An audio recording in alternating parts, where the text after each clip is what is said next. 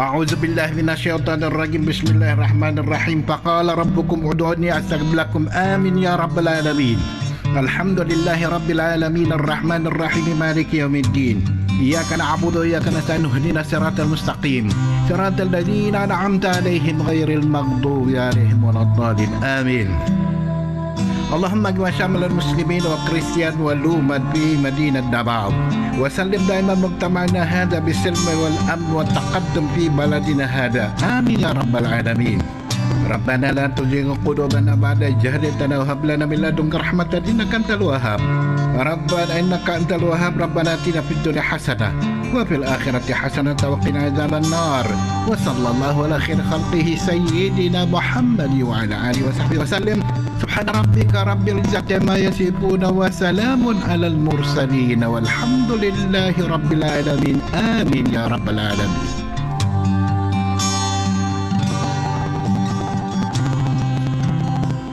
In the name of the Father, Son, and Holy Spirit. Amen.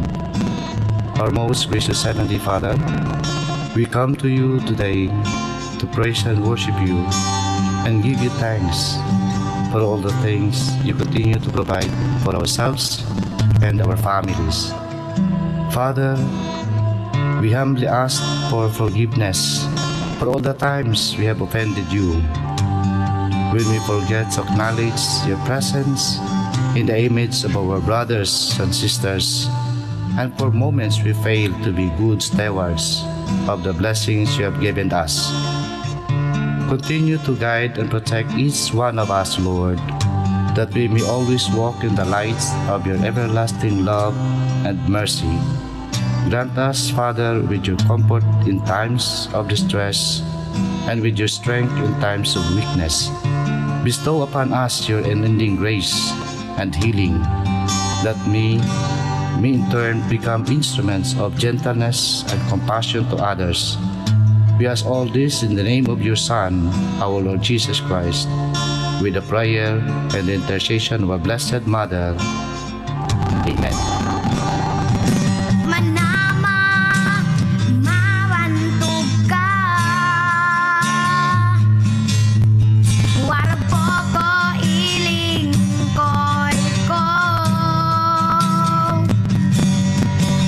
Dios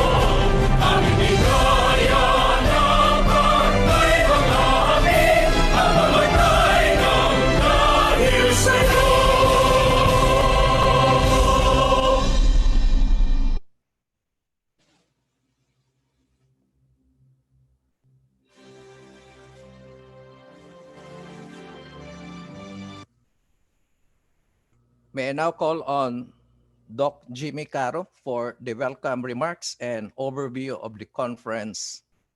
Doc Jimmy, you have now the conference meeting room. Okay, thank you, Sir Randy, Doc Randy. Okay, so welcome everyone to this third Information Computing Education Conference. This is, as the name says, this is the third such conference. The first one was held 2 years ago in the Cebu Institute of Technology in Cebu City. And the second one was held last year, September last year, in the Ateneo de Davao University in Davao City. And this is our third one. Yeah. And it's also our first online conference.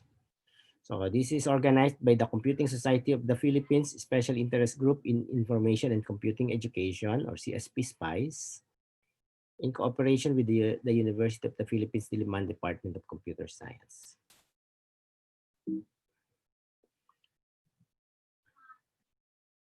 So I would like to thank the conference co-chair, Dave Marshall from Diliman University, and our program committee co-chairs, Maria Art Antoinette Clarino from the University of the Philippines Los Baños, and Greg Victor Gabison from the University of San Jose Recoletos. Maraming salamat sa inyo sa hard work niyo lahat. And then of course also our track chairs, Telma Palawag from the University of the Cordilleras, Lani Maceda from Bicol University, and all the hardworking people from UP Los Baños who also manage the conference. We also have organizing committee members, Cherilyn Santa Romana of CIT University, Randy Gamboa of the University of Southeastern Philippines, Julie Ann Salido from Aklan State University, and Laramie Feliscuso from CIT University. Salamat din po sa inyo lahat. And I won't read all the names of all the program committee members, but thanks are also due for all of you. Maraming salamat. If I missed any name, I am so very sorry. But these are the names I got from the website of the conference. And thank you for reviewing the papers that we have for this conference. We had a very short time to review and finish deciding on the papers, but we made it. And the board members of CSP-SPICE, salamat din po. Cherilyn Santa Romana, our vice chair, Telma Palawag, our secretary, Julie Ann Salido, our treasurer, and then the members of the SPICE board, Francis Ray Padaw, Maan Clarino, Shena Rhea Claribel, Kent Levy Bonifacio, Mark Van Buladaco. Yeah. So,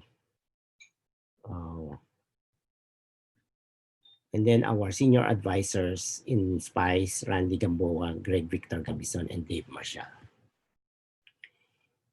We'd also like to give special mention to the board members of the Computing Society of the Philippines, our President Rachel Edita Rojas, our Vice President Randy Gamboa, the Secretary Rafael Cabredo, Treasurer Nathaniel Oco, Assistant Treasurer Marit Neri, Auditor Chari Batcheng, and members of the board, Henry Adorna, Greg Victor Gabison, Dave Marshall.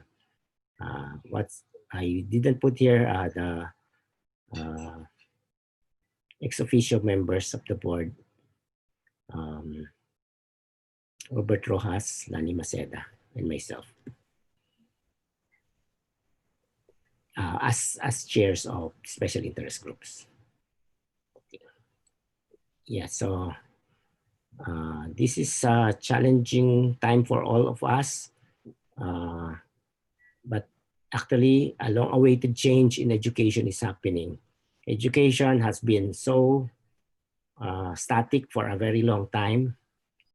Many technologies have been said to be predicted to replace nice education, they never happened. Uh, the transitory Joe in the 20s and 30s, the television in the 40s and 50s and 60s. The compact disc in the 80s, the computer in the 80s also, the personal computer. They were predicted to have a revolutionizing effect on education. It never happened, but now it's happening because of this pandemic. We're online. We're all online. And everything is transforming. And now all the teachers, all the educators have no choice but to use technology towards an ICT-driven future, that is. It is projected that 65% of children entering grade school will work in jobs that do not currently exist. That was in 2016 and still happening. Even now, we see lots of jobs that didn't exist when we were when you were in college, and the new graduates are entering jobs that are new, that they were not trained for. So there is a pressure for all of us to really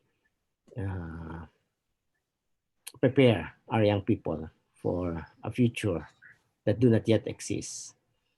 So new jobs being created, like data scientists that didn't exist or is about unknown 10 years ago.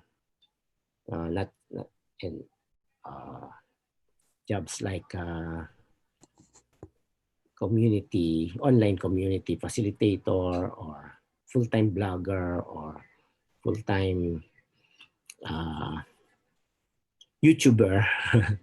Those jobs didn't exist 10 years ago. And many jobs even didn't exist 5 years ago, and they're not here. So the job market has become very different, has become more ICT focused, technology focused. So smart cities, driverless cars, use of robotics everywhere, in automation everywhere, artificial intelligence. That's the future that we are preparing our students for. So in behalf of the board of the Computing Society of the Philippines and of the Special Interest Group on Information and Computing Education, maraming salamat sa inyong lahat sa pag-attend sa conference na ito, and I hope we all learn together. The next 3 days, not next 3 days, because we decided to make this scattered this over 3 weeks, October 2, 9, and 16. That's the 3 days of the conference. The first day is just half day. We'll end shortly after 12. But the next day, 2 days, October 9 and 16, they're whole day events up to 5 p.m. We will have 7 plenary speakers. We look forward to hearing all of them. We have a mix of foreign speakers, foreign-based speakers, and local speakers. Some very established scholars on the field speaking here, and as well as a few up and coming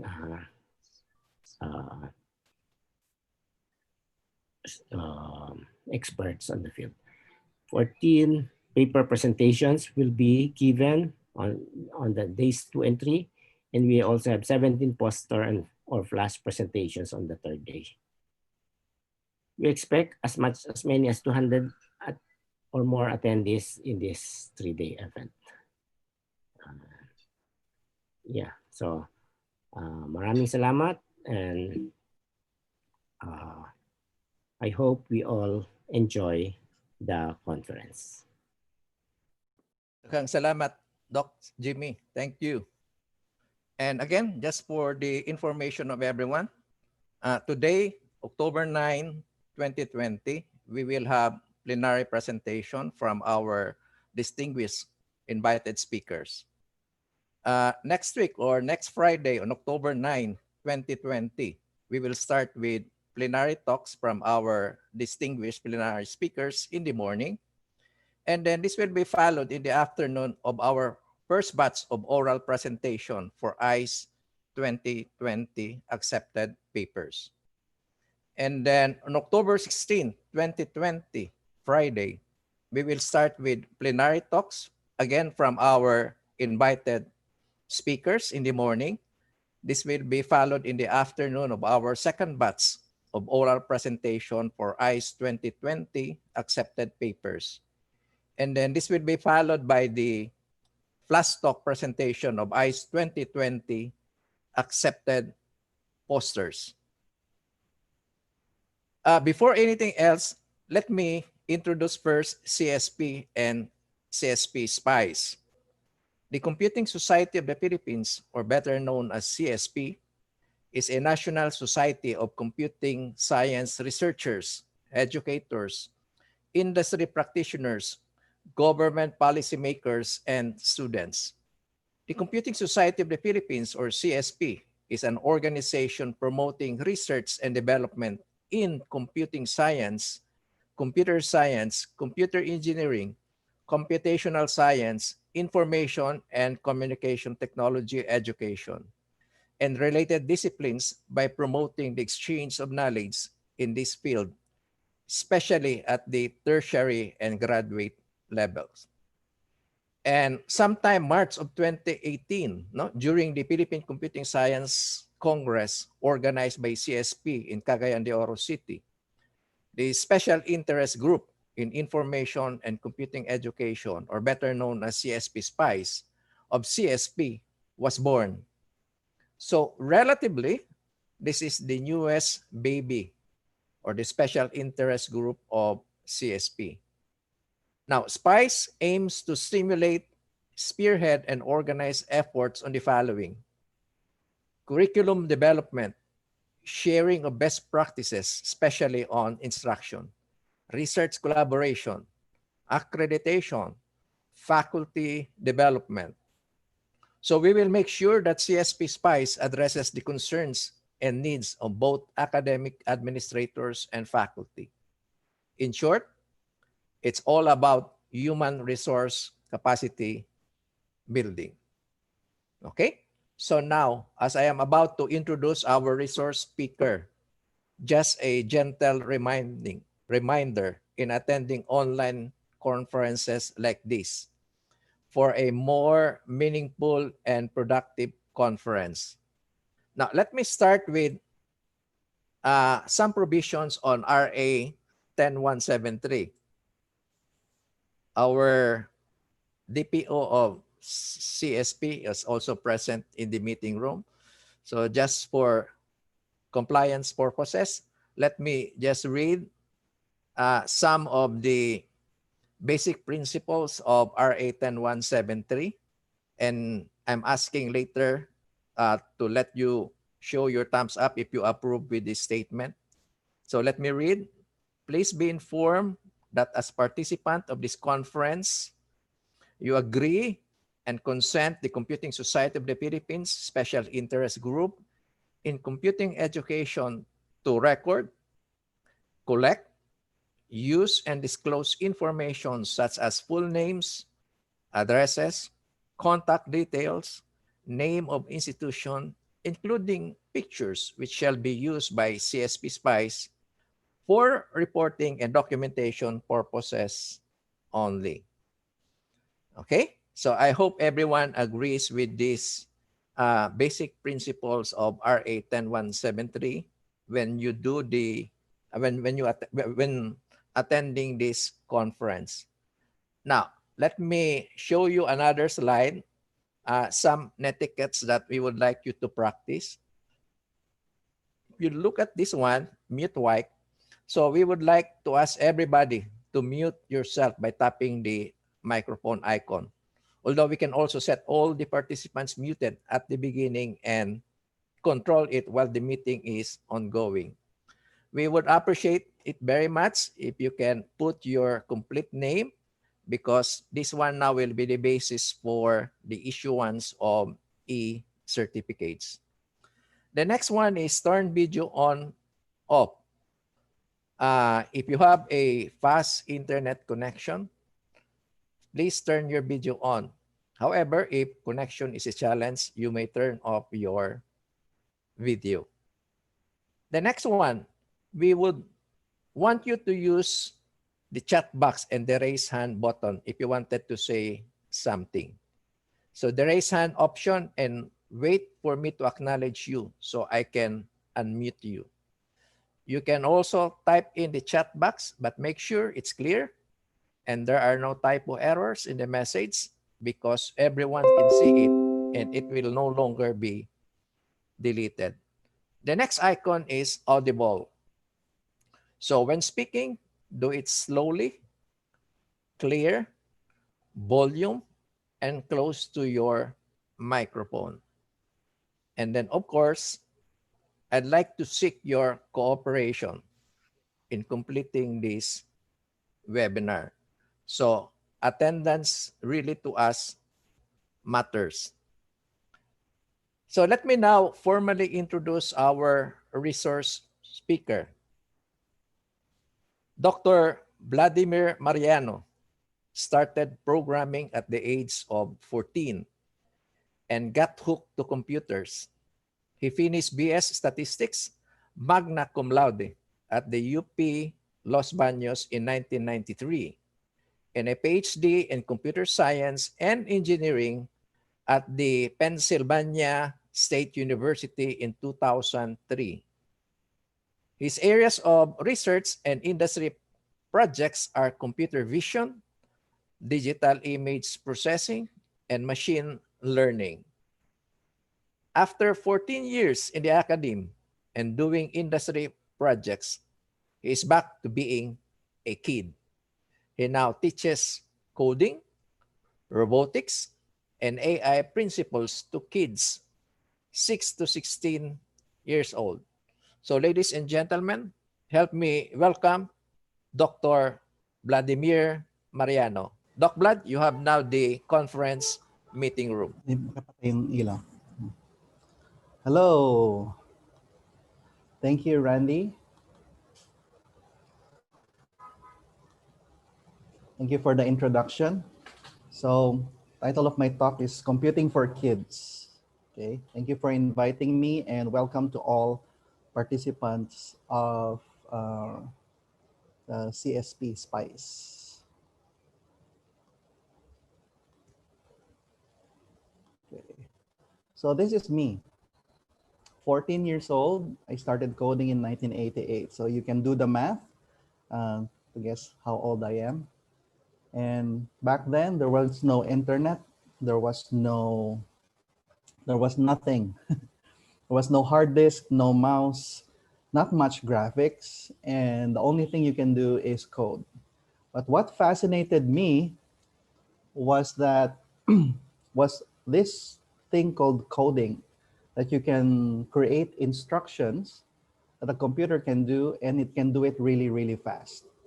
So we were math nerds at that time. So we did some prime numbers, we did some recursion, and it was fun. And then later we did some graphics. I made a game.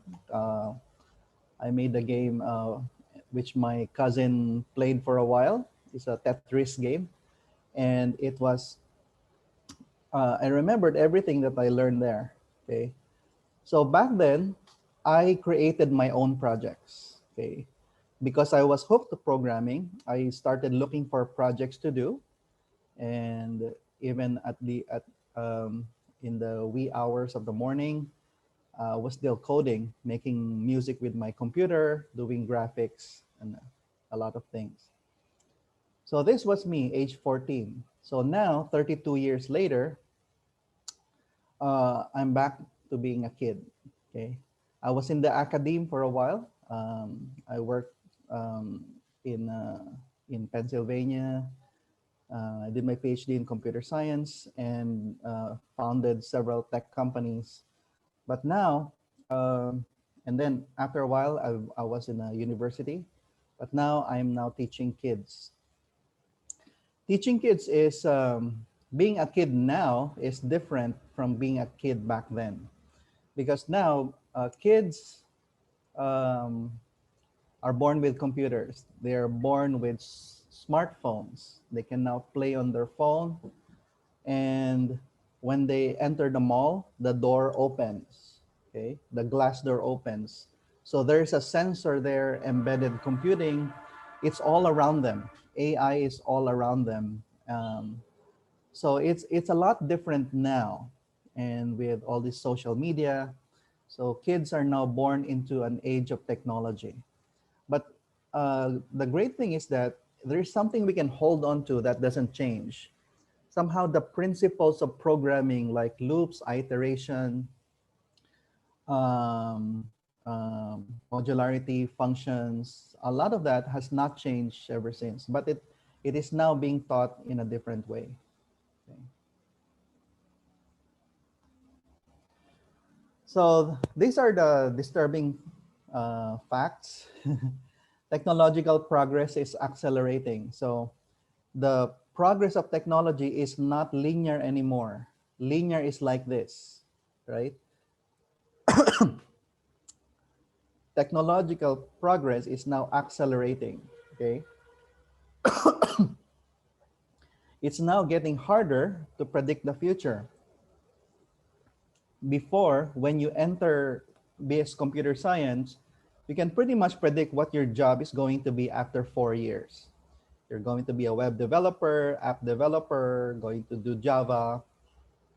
But now it's different. It's now things are changing all the time. You ask the developer, your students who are now developers, and they will say that every 6 months the technology is changing and you have to keep up. I personally experienced that because we founded a company here in Ho Chi Minh City that makes mobile apps. We have now made around 4 apps, and for iPhone and iOS. So when we started in late 2017, it was Java, and then a month later it was Kotlin, and then a couple of months later it became Flutter.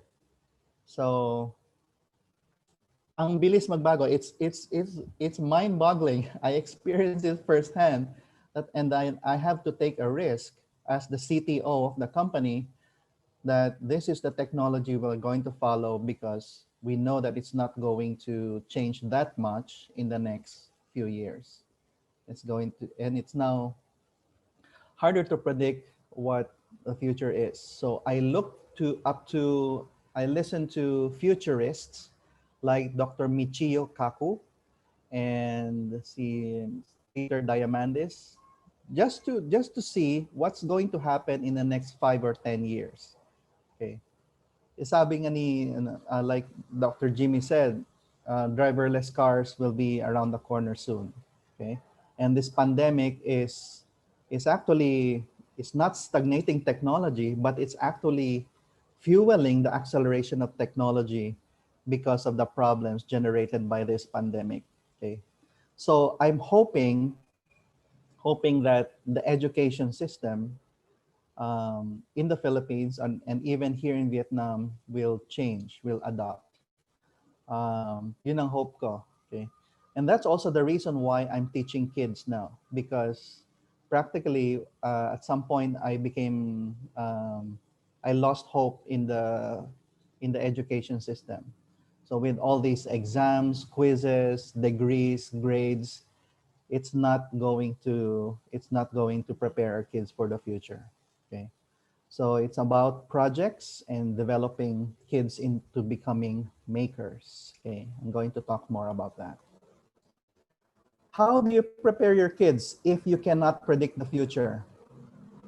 Okay. It's very hard to predict the future. So as a parent, I have a 17-year-old kid, and as a teacher, how do I prepare the kids? So Steve Jobs, when he was alive, says everybody in this country should learn how to program a computer because it teaches you how to think. And it's also a vision shared by President Barack Obama when he says every American should learn how to code. it is coding education is vital for the future of America. And Hadi Partovi, who created code.org, has also the same vision that every American should learn how to code. And now code.org is now adopted by schools, thousands of schools all over the world, even our school here in Vietnam. So it teaches kids how to think computationally, okay? So you don't need a degree in computer science anymore. You just need, you just go on a website, you learn how to code. Pero us, as teachers, we have to usher in our students into that wonderful world of coding. Now, this initiative on the top right, this is the BBC Microbit. The Microbit is an initiative by the BBC together with the British government to teach coding to every British kid. So this Microbit is like this, okay? Meron akong heart. And I have one. And this is the one I'm teaching kids here in Saigon. So this teaches you, this is a microcontroller, by the way, similar to Arduino, but a lot easier to use. I've taught this to as young as 6 and 7 years old. So ganun na ngayon. So you can teach microcontrollers, electronics, AI principles, and coding to as young as 6 or 7 years old. So that's not just something nice to have, but it is something necessary for our young people.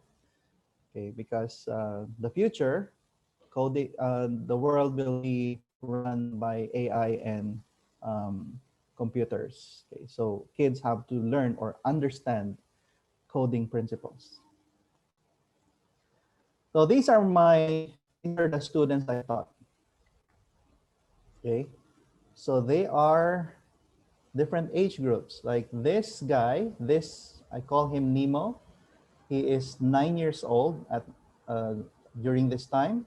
And when I first met him, he was already doing Python for 3 months. Think about that, a 9-year-old doing Python and he's learning it on his own. So he was so fascinated by coding and particularly random numbers. I don't know why he's fascinated by random numbers, but that drove him to wrote all this Python code. And this guy is Emmaus. He is 7 years old. So we taught him how to code. And you can see on his neck are a bunch of LED lights that he programmed the color and the timing of these LED lights. So this guy is Julian. He's a German guy. By the way, Nemo is Vietnamese. Emmaus is American. Julian is German. He's 10 years old. He made a Flappy Bird game and he showed it to me and he loved it. He's doing it at home. Okay. So as you can see, some of these kids, they're learning coding not because the teacher told them, but because they are curious. They are curious, just like me when I was 14 years old. Curiosity that drives learning.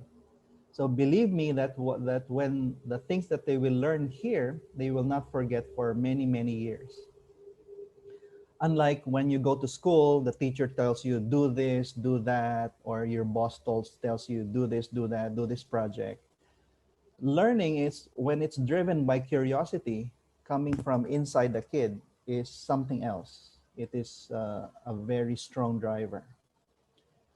So we also do events using the microbit, and we show kids how to make robots, different kind of robots. And here I am teaching kids block-based coding using the microbit. Okay. So what is the microbit? Okay, before that, let me show. Okay, a few more students. So this is Bin, Vietnamese. So this this was the first time he wrote code. Okay, this is syempre, step by step, but this is the first time he wrote code, and he's 7 years old, and he found out it's really cool. Kids love LEDs. Okay, I will show some LEDs later. Okay, so this is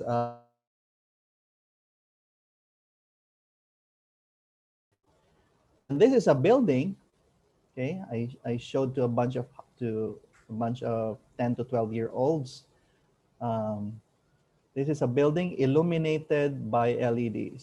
So in this LED strip, every LED light is programmable in terms of color and timing. And what I was also able to teach microbit online. So I have an ongoing online class on microbit, and it's easy enough and to use that kids have fun learning even if it is online. Okay, in a challenge. Okay, online learning, but it can be done. Okay. Okay, so this is the platform that we are using. Some of you might be familiar with other platforms like Arduino and Raspberry Pi, but I prefer the microbit because you can teach this to as young as 6 years old. Okay? And that's amazing. That's amazing. Imagine 6 or 7 years old, they will learn concepts like repeat, like loops, conditions. They will learn about sensors. They will learn about different programming concepts, a little bit of data science. So other than the examples I showed before, we can build amazing things using the microbit. So we built this smart city a couple of months ago, and it has four water pumps. So you have a fountain with lights, and you have buildings with elevators, you have cars, you have windmills, and you have a subway. There's a subway here.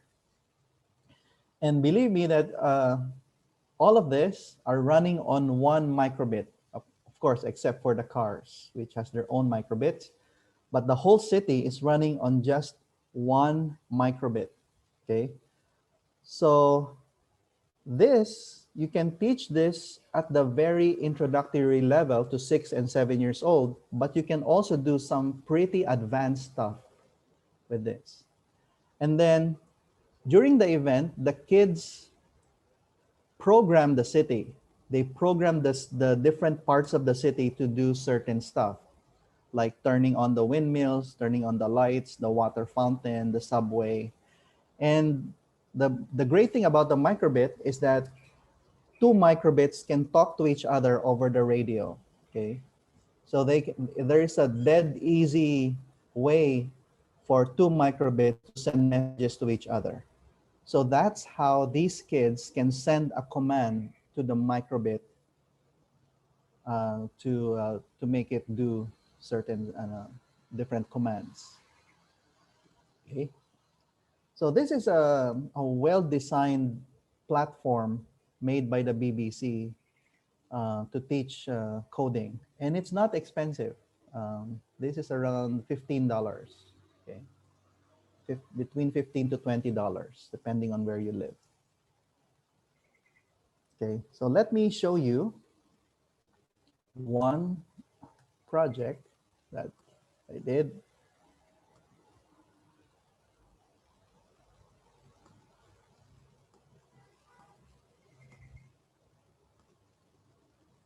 Okay.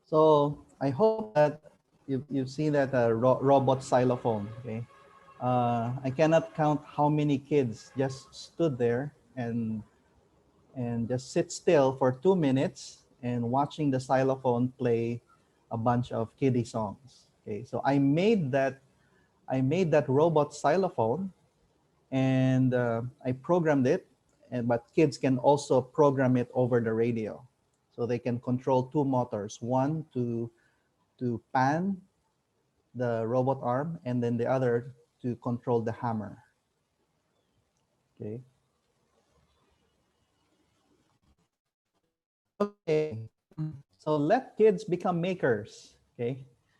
So we are used to teaching subjects, di ba? We have the education system has always been about subjects, dividing it into modules, and then give a quiz, and then give an exam, and maybe there will be a project at the end. But um, a, a great way to learn is just to teach the kid how to become a maker, how to make things, okay? How to explore, how does it work? How do you put things together? Um, and it's now very cheap, okay? So let me show you the website of Microbit, and this can be the starting journey of the maker kid. So you can go to microbit.org, and then you can go to Let's Code, and then here the coding is block based. So here, May Forever. So there are different blocks here, blocks for logic, for loops, for using the radio, LEDs, music, even math, variables, okay, even functions. You can learn functions here. Arrays, text processing, even making games, making images, okay? Now this is a fun way. I wish I had this when I was a kid. I always tell people about that, okay? So I would like to demonstrate one project that I really like, okay? This is a microbit, okay? So let me stop the screen share.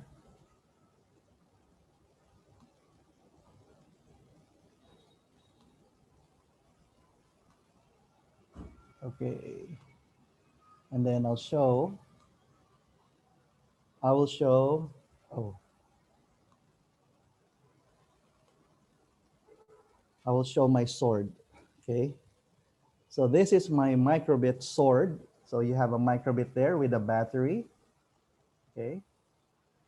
Can we go full screen here? Wala. Okay. Yun. Okay. So if I click on this, then this is my rainbow sword, okay? So each LED here is programmable in terms of color and in terms of timing. So in my opinion, this is the best way to teach a for loop. So you can teach for loops, and then they will turn on the LEDs starting from this. This is address 0, 1, 2, 3, all the way to 29, which is at the end. So this is a rainbow, and this is your microbit responding to the sensor, to the motion sensor of the microbit. Okay, so this is the your lights responding to the accelerometer of the microbit.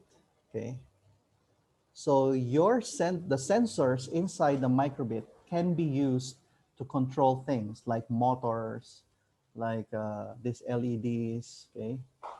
Anything can be controlled, even a robot. And then I think,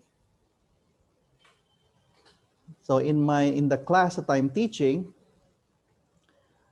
they will be programming the school's Christmas lights, okay? So this is simply a for loop that will set the color and timing of every LED light, okay? And this is also, this LED light strip is also something that you can wear, okay? So you can wear it as a part of your body, okay? Part of your clothing. Natanggal yung ano.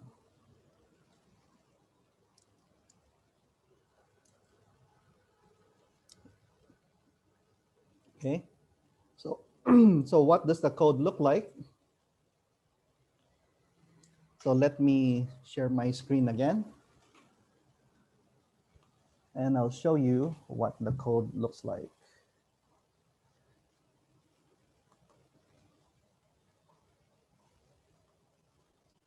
Okay, so this is the code.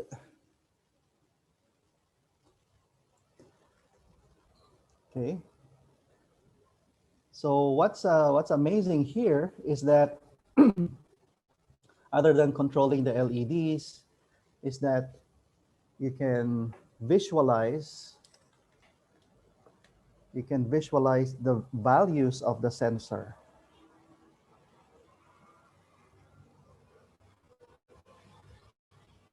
Okay, so here I have my microbit. You can see it, and then you can see how the data coming from the motion sensors. Okay, so as I turn my microbit, the degrees of the roll are changing. Okay, and then also the pitch. So this is kind of an introduction to data science and how do you use data for a computer to make decisions. So in this case, the data is coming from the sensors and it shows the roll and the pitch, okay, coming from the accelerometer. Okay, so here it's amazing because the kids can visualize what the data looks like. These are not just a bunch of numbers, but this is data that goes up and down, and you can use it to make decisions, to turn on a light, to turn on a motor, to control a robot. So, and then this will be their introduction to not only to data science, but to machine learning and data-driven AI. Okay, it is, I don't know, you have to try it. Okay. So, let kids become makers. So um, kids are incredibly curious. That was how I was when I was kid. I was curious, how does it work? And what will happen if I do this? And what will happen if I do that? And now kids go on Instagram and YouTube and they want to copy what they see on social media. Okay, can I do this? Can I make a windmill? Can I make something like a sword or wings of an angel, and you have your halo. And so these are things that as a teacher you can open their minds to possibilities by being a maker yourself. If you as a teacher are a maker, then you can encourage your kids, your students, your kids to become makers themselves. And it's a lot of fun. And not only that, but the pace of learning is really fast because they learn about things like physics, like art, like coding, technology, electronics, and even the soft skills of working with others, all-in-one project when they make it. So my message for CSP, okay, whenever I give a talk, I give a challenge for CSP universities and colleges. So learning, whether you are a 7-year-old kid or you are an 18-year-old freshman in college, or even like me, I'm a 47-year-old kid. I'm a kid forever. Then um, become a maker. That's it. Make things. It has been that way for thousands and thousands of years. People starting to make things. Okay, and so my first challenge is to create a maker space for your school. A maker space is a place where kids can or students can freely make things. And it's not just for computer scientists, but you can pull in other disciplines like people from physics, electronics, from arts, from music, from dance, even social studies. They can all join in one project. And I would like to cite one example. In CIT, they have a makerspace. Okay, you can go to CITU Makerspace on Facebook and look at what they're doing there. So they're making all kinds of things like face masks, and everyone can participate, regardless of what is their major. And this is for me. I began my journey of electronics just 1 year ago, September, October last year. So since then, I got hooked. So the same drive, the same motivation or drive that hooked me in coding 32 years ago has now hooked me into electronics. And now I'm an electronics, coding, and robotics teacher in school here, which teaches 6 to 13 years old. Okay. So my challenge for your school is to include electronics, sensors, LEDs, motors early in your CS curriculum.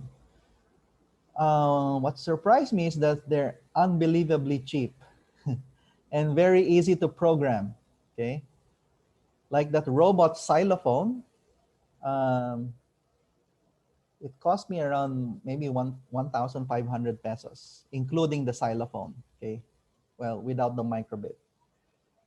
And then you can power it using just an ordinary power bank, and it's now very cheap. Okay, so if you have a maker space, maybe you can hire somebody to get your students started in electronics. And I would recommend either Arduino or or the microbit. I prefer the microbit because imagine 6-7 years old, you can introduce them early. Encourage students to become makers and pursue independent projects. So independent projects are projects that are not required in school. Okay. So these are projects that are born out of curiosity. How does it work? How can I make it? Okay. So one problem with college students now is that they don't make anything. Okay. They just use technology, whatever that there is, and indulge themselves in social media. But it's rather than play a game, why don't you make one? Okay, make a game. And there's a lot of things somebody would learn from that. And lastly, for school, this is project-based learning. Okay, so if you want to formalize this in your computer science curriculum, so there's a term called project-based learning or phenomenon-based learning in Finland. And basically, you have a project that drives the learning instead of separating the different courses like databases, mobile apps, web app, data structures. You create one project, and in the context of that project, you will teach all this: databases, cloud computing, radio communications. Okay, and the kids will not forget that because all these topics, databases, web, mobile, they're all relevant to the project. Okay, because kids will forget something if it is not relevant. If they don't see the connection of one concept to a certain project, or if they don't see it as important to one project, then they will forget it after the semester. Okay. And okay, this is happening now. Companies are hiring based on skills, not on school, degrees, courses, or grades. Okay. So if you're going to give an exam, okay, here's where I don't like exams, but if you're going to give an exam, okay, give it give it in the context of a job interview coding exam. Okay, companies now give exams during their code interviews. They ask you to write code that will do a certain task, and that's how they get hired, and that's how you get paid like 40,000 pesos a month. Okay, so the kids, I would guarantee that they will really study this stuff. They will practice coding because they see the relevance. They know that you can get the job if you solve this coding exam, this coding problem. And if you get it to work, then you get your 40,000 pesos salary. Okay, so that is really what relevance is. Okay, so this is I hope this is clear, and let me show a couple of websites. So these are new developments. Okay, in just the last couple of years, you can now get a Google certificate in 6 months. And this is a signal that to get hired in the tech industry, you don't need a degree. Okay, degrees are becoming more and more obsolete. Anyone who is passionate with programming, who have genuine passion and has an inner drive to learn, can get one of these certificates and get hired for a high-paying job. Okay, and there was a article last year or 2 years ago. Okay, the big companies, Apple, IBM, Google, don't care anymore if you went to college or not. Okay, and even Tesla, they say you don't need a degree. You don't even need a high school degree. Okay, they have a way to see if you have the drive to learn. Okay, so these are the developments, and let us consider this when we are doing our curriculum, when we are teaching, and things are happening really, really fast. So um, I hope the kids of the future will be well prepared for what's coming, which I cannot predict. Okay. So this is the code for the sword I showed you earlier. Okay. This is the sword again. Okay. So this is the code. And once the kid advances and he wants to go more serious, then one click, the code becomes Python. Okay. So you can quickly switch between block-based coding, which is very colorful, very kid-friendly, and very easy, walang syntax error. And then they can go to Python, which can transition them into more advanced stuff and even a career in data science or computer science. So this is what coding is now for kids. So I hope something has awakened in all of us, and that's it. Thank you. So I have a new I have a new website. It's not yet ready, but I want to teach kids. I want to teach help schools create their own maker spaces and create makers out of the kids of the future. Okay. Thank you very much. Salamat, Mats, Doc Blood. Let's allow Doc Blood a 30 seconds breather before we start the Q&A. I forgot to mention that Doc Blood is a lecturer and the research coordinator of the School of Science and Technology at RMIT University in Vietnam. So I think he is based in Vietnam now. He also teaches information technology courses as well as computing for engineering. And he leads the SST in achieving its research KPIs as well as expand its network for external collaboration and funding. By the way, Doc Blood is also the co-founder and CTO of, I do not know how to read this, Doc Blood, UP ba or up? Up. Okay, Total Rewards and Engagement. Again, for the Q&A, we would like and we would encourage you to have a live questions. So if you can just simply click the raise hand icon in the chat box and wait to be recognized. And we would appreciate very much if you can state your name as well as your institution. And please be direct to the point, be gentle, and please do not use foul words, no? And for those who are shy, you can type your questions in the chat box.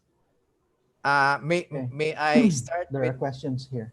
yeah, with the panelists first? If there are questions coming from the panelists before I will entertain questions in the chat box and in the Q&A. Do we have questions from the panelists? You can unmute yourselves if you wanted to ask questions. Dr. Vlad, Yeah. do you think Okay. like Please introduce Dr. your Randy, name. can I be recognized? Yeah, Greg Victor Gabison from very good. University of San Jose Recoleto, Cebu. Okay. From Cebu City, Republic of Cebu. Yeah. A city better than Davao.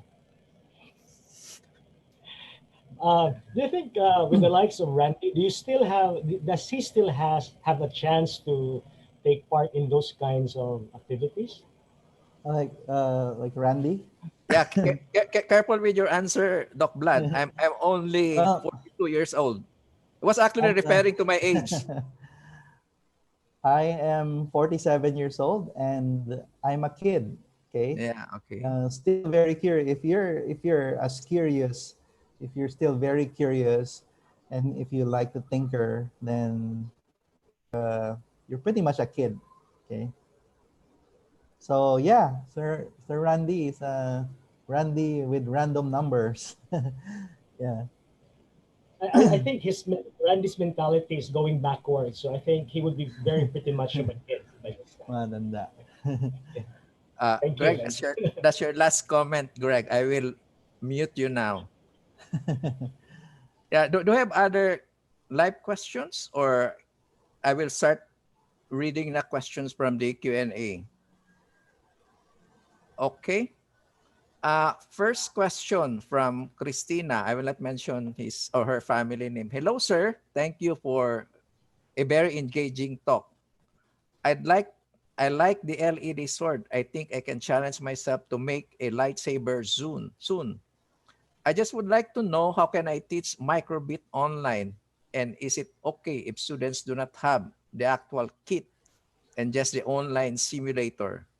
Right now, parents are hesitant to buy other requirements. Doc Vlad? Okay. Yeah, actually, I tried it. I tried using the simulator on the microbit website, and it still works. But it's actually much more recommended to have the actual thing. Okay, because kids are very sensory.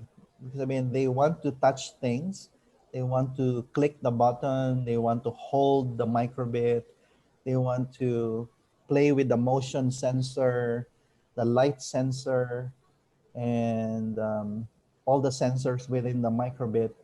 And then you can also teach them to attach things like LEDs, motors. And so I would recommend that you get the actual kit. Okay, here it's around $15 to $20. Okay, $15 to $20. I don't know in the Philippines, but if you can order, you can also order them in bulk. Um, yeah, and also the great thing about the microbit is that you can lipat-lipat. You can use it for many different projects, so the cost goes down. Okay, next question, Doc Vlad. Thank you, Doc Vlad, for the presentation. Kids are known to have short attention span. How do you manage it while teaching them technology? Okay, that's a very good question. Kids are very short attention span. Now there's a when teaching kids, there are different activities you can give within 1 hour or 1.5 hours. One of them is unplug activities. Unplug activities, it means that you can Google it as CS unplugged. Ibig sabihin, they're not going to use a computer, but you're going to teach them some computer science principles. So they will be, you will ask them to stand up or write on paper or play a game. So it's not based on computer. You cannot ask a kid to sit down in front of a laptop for 1 hour. No, no way. They Yeah. will be, especially if you talk about 7-year-olds. Okay, you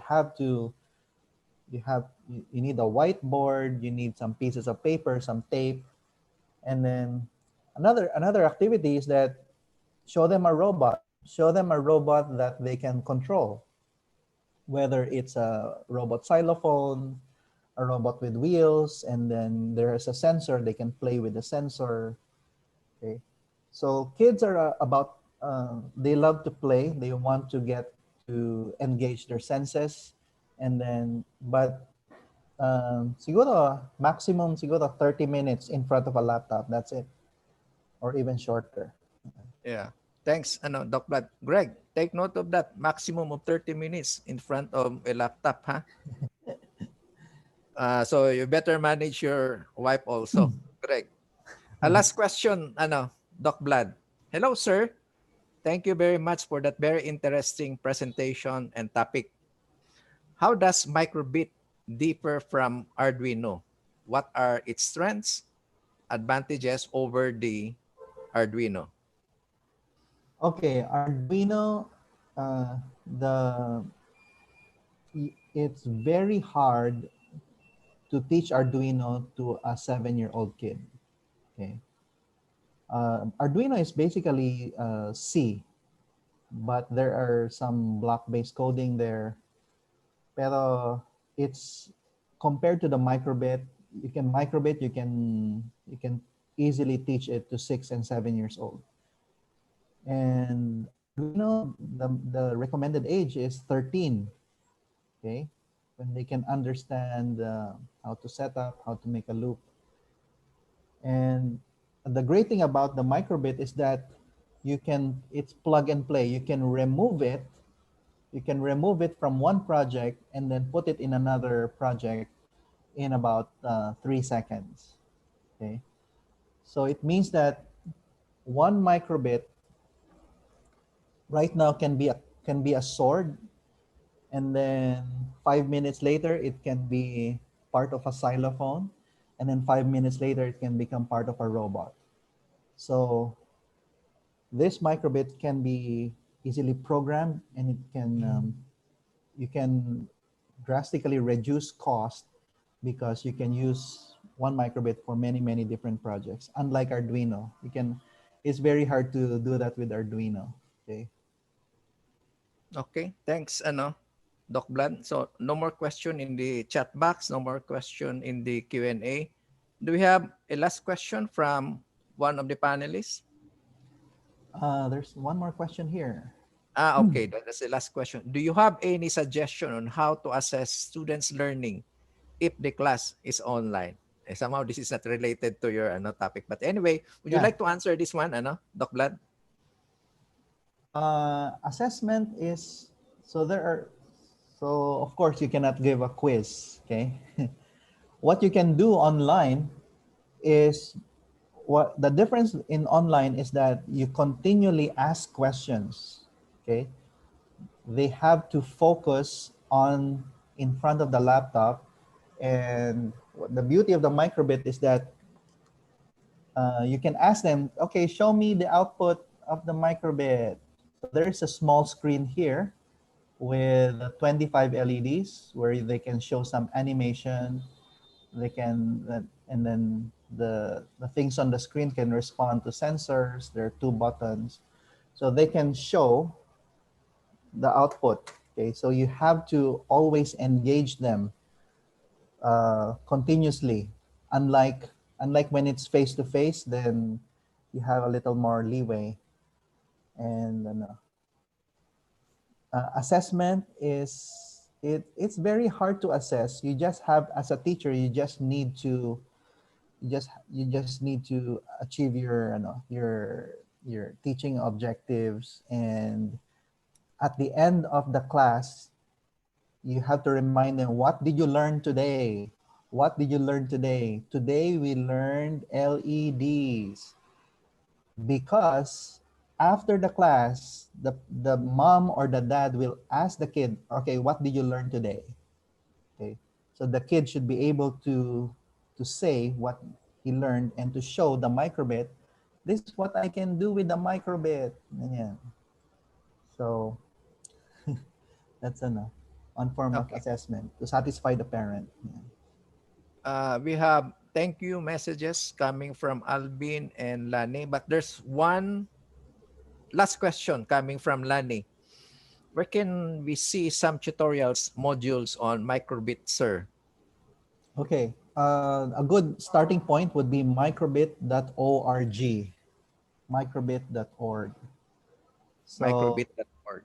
so you can see there a lot of projects from kids all over the world. Okay, and then of course you can look at a lot of projects on Instagram, on YouTube, and I think just get started.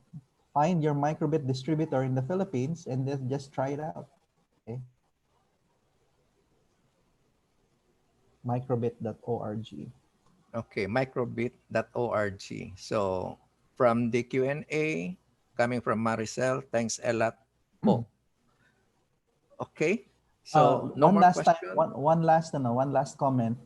Yep. The microbit can be programmed using a phone.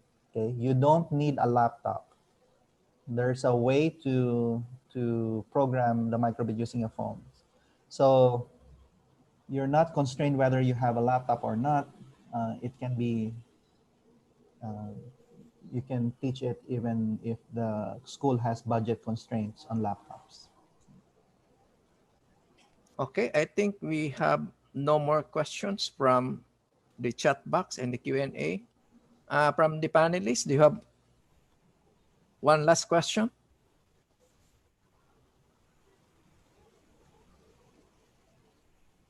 There's one from in the chat box last from IB Kim. Hi, sir. Thank you for the informative presentation.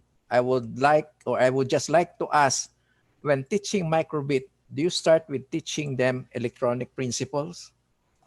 Um, well, these are kids.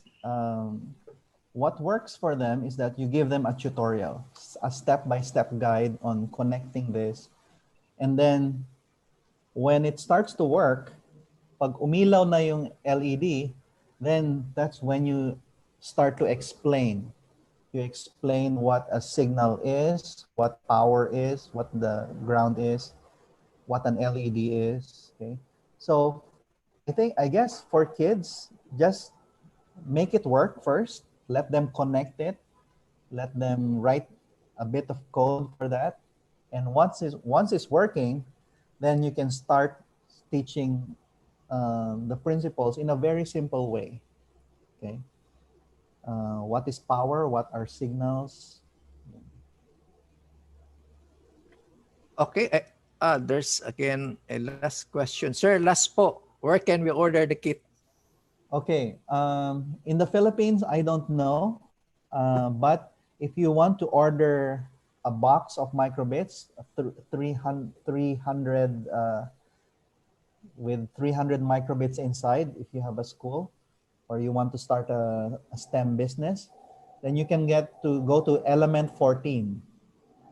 Element 14, it is a company and they sell that box of 300 microbits.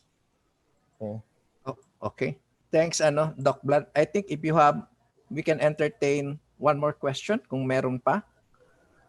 Kung wala na, if you have questions, you could actually email Doc Blood. His email address is actually on the screen. So again, Doc Blood, in behalf of CSP Spice and on behalf of everyone here in the conference room, thank you for taking the time to speak to us.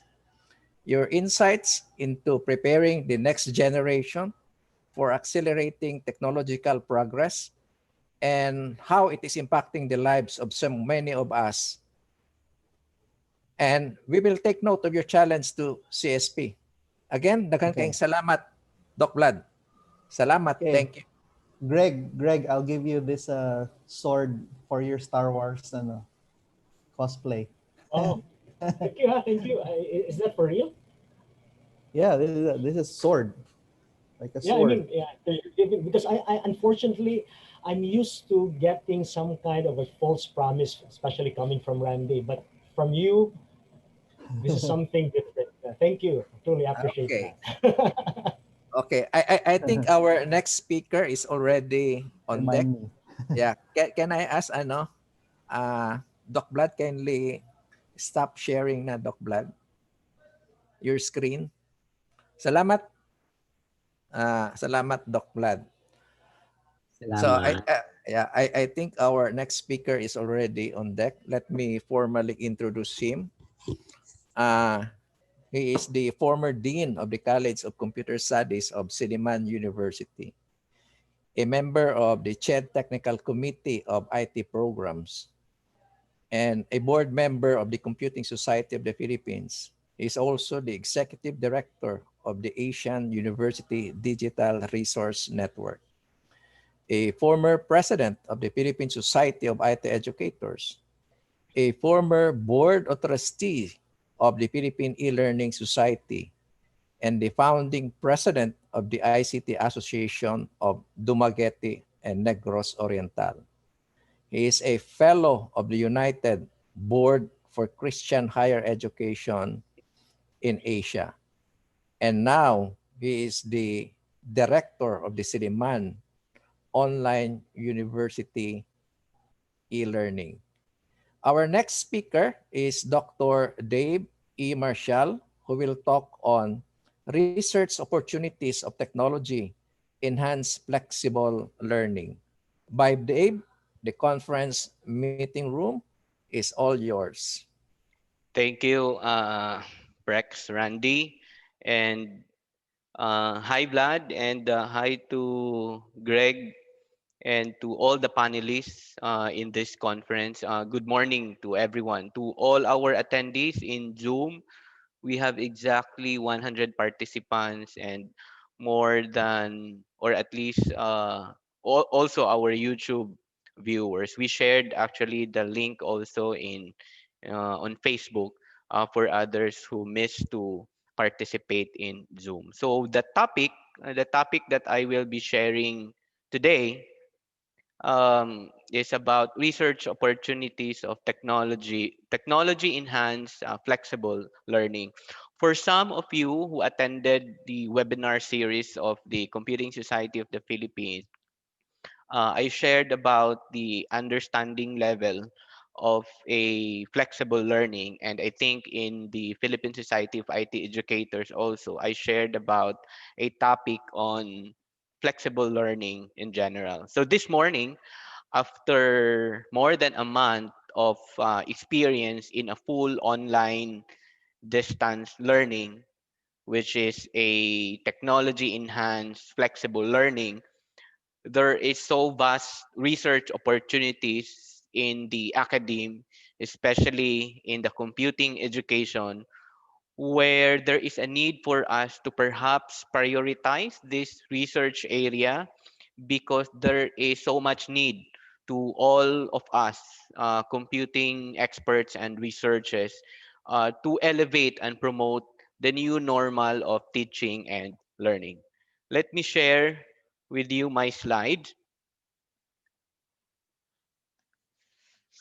In the next 30 minutes, I will be discussing about um, three subtopics here: the definition of flexible learning and its approaches, variables, forms, and technologies. Research opportunities. I think many of you knows this already, but maybe the concentration is how we can embed this computing research opportunities in the area of flexible learning, and some of my simple recommendation but I feel very needed at this moment. So what is flexible learning? A flexible learning, a learning design perspective deeply rooted in the needs of the students, and the main objective being to provide them with the most flexible learning content, schedule, access, and the learning styles. Flexible learning conveys more scheduling options, day or night, on campus or off campus. And they said flexible learning is student centered. It is a kind of design, teaching design, that customizes learning environments to meet the needs of the learners using both technological and non-technological tools. Maybe some of our attendees here are first time teachers being a full online teachers, and I think in our case, we are challenged not in the technological side, but on the pedagogical side. Because it is flexible learning, literature says that it must be structured. And we talk about structured, the feedback mechanism and instructional design should meet together.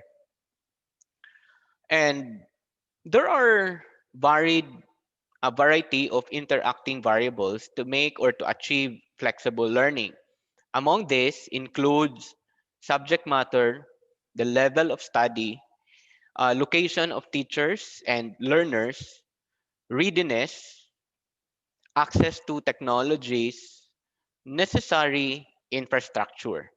Now, there is a need for the different approaches to learning and teaching with different levels of flexibility, the structure and guidance for different cohorts and learning contexts, while the threshold principles of all approaches remain the same. What does it entail? It entails that our experience in teaching a particular topic or content will still remain. But what is challenging nowadays in this new normal of teaching is on the different levels of flexibility, the different level of the structure and guidance to the different type of our learners. Flexible learning, as I mentioned, is student-centered environment. It is about empowering students. It is about offering them a choices as to when, as to how, and where they can learn and this refers to the space and the mode of delivery. Now, there are many forms of flexible learning. As we all know, say for example, in the Department of Education, they laid out also different forms of flexible learning, such as the modular, the full online, the blended. And all these actually are variety or forms of flexible learning. The first one is open learning. This is a way that allows people to learn where and when they can. Second one is the distance learning, which probably many in our higher education institutions go into this. Also known as correspondence education. Distance learning is not necessarily electronic, it's not necessarily e-learning, because the e-learning is actually one of the form of flexible learning, and it also refers to as the online learning or electronic learning. And I think many of us go into the e-learning. And if you will concatenate the two forms, distance learning, we ended up with the online distance learning. Now, online learning, there are many learning design options when we talk about online learning. Modality with especially that we started with the enhanced or with the strict community quarantine. We go into fully online.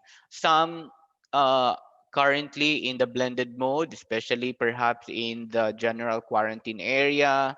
And well, obviously, the web enabled face to face may not necessarily be implemented this time.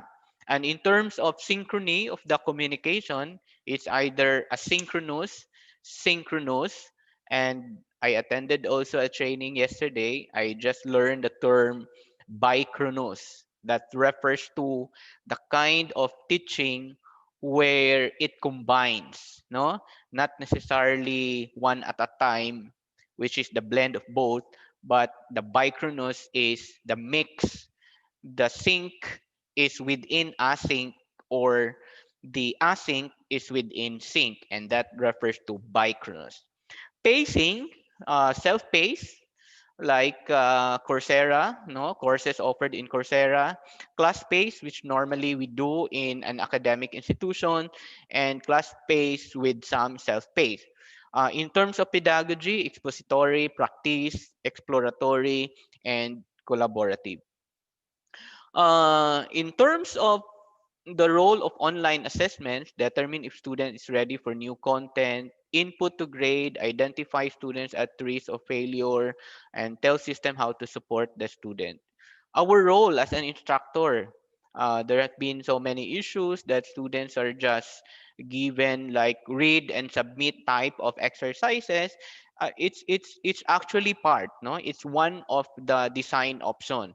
Active instruction online, or you can just do small presence online, and there's even none, no, meaning there is no really synchronous or real-time instruction coming from the teacher. Then, in terms of the student role, listen or read, complete problems or answer questions, explore simulations and resources, collaborate with peers, and in terms of feedbacking, the automated, if we have a learning management system, then obviously no one can replace into this our own feedback via the teacher, and of course, the coming from the peers or from their classmates. Online learning, as we all know, really requires thorough planning. Perhaps many of us prepared, say, for example, a less than 6 months in the online distance learning, and maybe we feel that those months were not enough in our preparations. It requires preparation from recalibration of our syllabus down to creation of the activities, modification of schedule, and others. It needs mind shifting also from all of us, from all the stakeholders, starting from the administration to the teacher, and most especially to the student, especially when the students like been in the in the education, say for example, for almost how many years in a face to face, then all the while they moved or shifted to the online distance learning. Online learning requires many consideration, as I mentioned, with all of these design options. Technologies that support flexible learning, we if we have a learning management system, that's an example for the browser based, desktop based, mobile, and cross platform applications or technologies, whether it is online or whether it is offline, or not necessarily real time connectivity, real time connections with the internet. Technology based learning is not just about the technology. We know that. Perhaps you can feel the same experience, especially if we are not coming from the education field, especially for us in the computing field. We may be too focused into the use of technology. We may not necessarily feel to retrain ourselves into the technology, but the pedagogical integration in the flexible learning, in technology enhanced flexible learning, is the most challenging aspect. Um, Maybe our attendees will, if you are, if we are all coming from the computing solutions here, there's a lot, or there's so much things to learn about pedagogy, about classroom management. And this is actually my appeal to all of us in the computing field to prioritize the area of education in the research and development. Now, what are the research opportunities of flexible learning or technology enhanced flexible learning in the area in the computing field? Now, before I will present into that, let me share with you the framework of flexible learning, because this is a good benchmark on how we could move forward as we focus into research opportunities in technology enhanced flexible learning. The first quadrant of flexible learning talks about institutional systems and structure.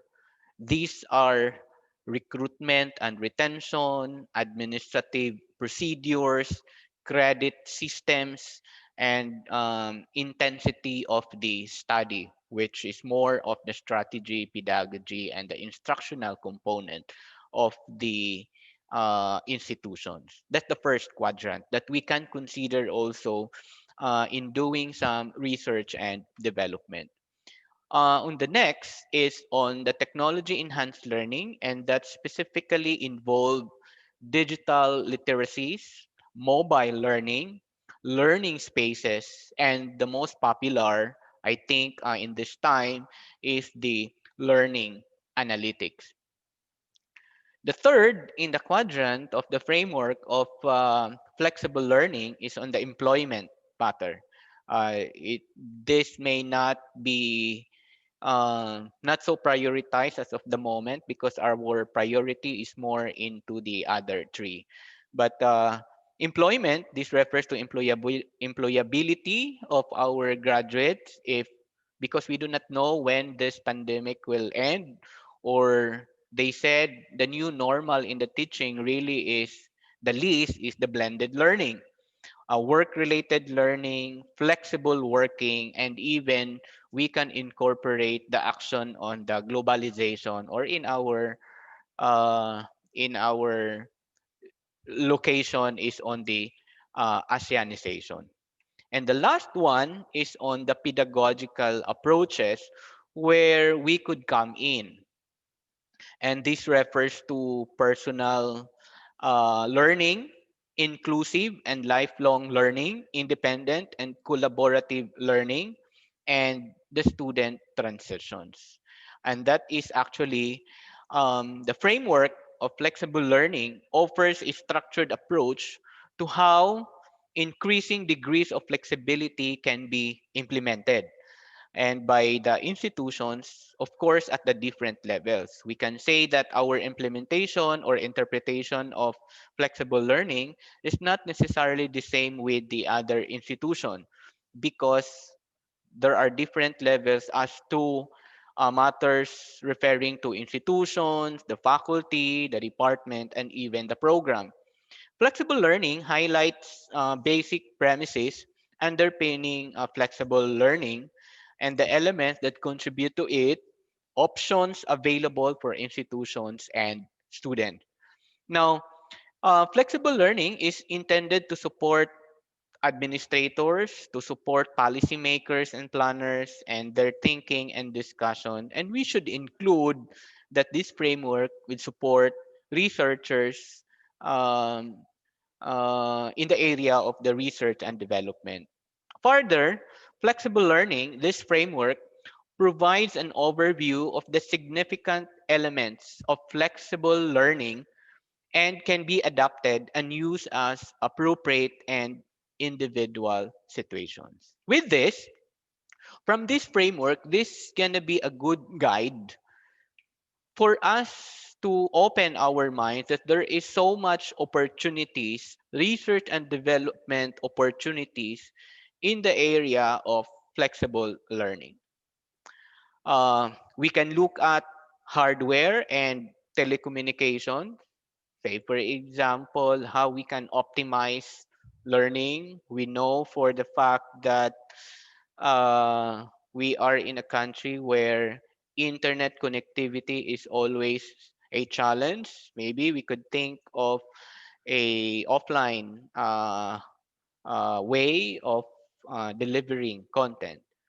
We can focus into the areas of software development, no, developing tools, going into the area of education tools and platforms, procedures and processes, new procedures, new processes in the areas of instructional systems, technology enhanced pedagogical approaches, and even to the employment and patterns and models. There are a lot which I could explain in my next slide.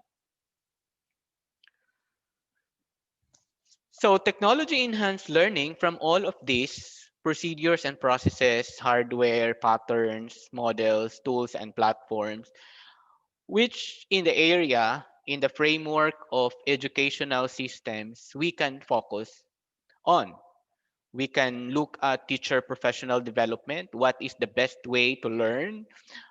Is webinar a good platform to learn this new mode of teaching and learning? Policy goals, especially in the area of digital leadership. Maybe for administrators like me, we can collaborate to work on some policies that we can also share to the authorities. We can also look at tools and concepts, pedagogical use, classroom management and organization, social and ethical skills. We should not forget this. We should find ways, no, the computing way of solving that we should maintain the social and ethical skills of the learners, of the teachers, and all stakeholders in the flexible learning. And last but not the least, curriculum and assessment. And the center of this is to do research and development interdisciplinary, that's within, the intradisciplinary, that's getting outside, and the multidisciplinary is having a variety or a variation of disciplines forming into a computing solutions. Like we can interface with the medical doctors, we can interface with like the psychologists. Actually, we are for sure we are doing this, but I think we have to intensify this time um, that because we need more input coming from the other disciplines so that we can fully understand um, the need as of the moment. Among these research opportunities in the flexible learning, especially in the online distance learning, is on the big data. We are in the landscape nowadays where data is so fast, where data moves very, very fast, that even exceeds the processing capacity of conventional databases systems. The big data research is mainly aimed, we know that mainly aimed at examining how to efficiently aggregate and correlate massive volumes of data that we could get from social media perhaps, or from the learning management that we have in our school, for us to identify recurring behavioral patterns and provide meaningful trends instead of just simply cataloging or describing them. So some of the framework that we could look at, we can look at curriculum data, we can look at teaching and learning data, we can even look at the student data, research data, existing research data that we have, the department data, and some of the administrative data. We can look into that and try to understand this framework. This big data offers opportunities for the three key stakeholders in the flexible learning: for the administrators, for the students, and for the lecturers. Say, for example, for administrators, academic programming, support ongoing efforts; for students, proactive feedbacking, learning pathways, plan learning activities; for teachers, lecturers, help desk for students at risk, improve on how to improve teaching and how to provide instant feedbacking. I think you can relate that with so many number of students in a virtual classroom, instant feedbacking can be automated, but not all the times. From this big data, we can trim it down or streamline it into the so-called learning analytics. From your big data, um, to discover information and social connections for predicting and advising people's learning, because we have a lot of data for sure being saved or collected in our own databases, intelligent data that are automatically acquired through our LMS, no? Or maybe data that we can harvest from our school's official fan page, and that we can systematically process and are presented in a meaningful way. Stakeholders produce data like coming from the teacher, coming from the students, administrators, and even for the parents, especially in the School of Basic Education, our government institutions, and some public institutions. Analysis models such as we can do perhaps content analysis, discourse analytics that we can consider, and many other forms of learning analytics. From here, I would like to share also with you this framework in a learning analytics, forming into one framework from the big data and the learning analytics. Stakeholders here, the stakeholders, we can look at the institution level, teachers level, learners, and others that I'd mentioned. We can look at the objective on the reflection and do some prediction. The data, whether it is open and protected. Dr. Randy reminded me of the data privacy. Some of the instruments, whether we do focus into technology, algorithms, we can focus into theories, and some of the internal limitations, competencies, acceptance, especially for basic and experimental type of research. And the opposite is the external constraints on the conventions and norms in teaching and learning. So we can perhaps apply data mining technique into this, apply classification models, apply cluster models for grouping students based on their Perhaps cognitive styles, learning styles, thinking styles, IQ, and you name it. There's a lot that we can incorporate into that. But what is emerging opportunities right now, based on my readings, is on how we could ensure student learning in a technology-based, flexible learning. Student engagement is not necessarily teacher and student. According to my reference, there's a lot of the considerations on how we could ensure engagement among students. Engagement in relation to the learning experience design, engagement in relation to the content, engagement to us, students and teacher. I think this is the most visual and the most relatable that we can do on how we could engage the student to us. Um, Another opportunity also is to think of a research and development on how student can engage in a technology-based, um, flexible learning.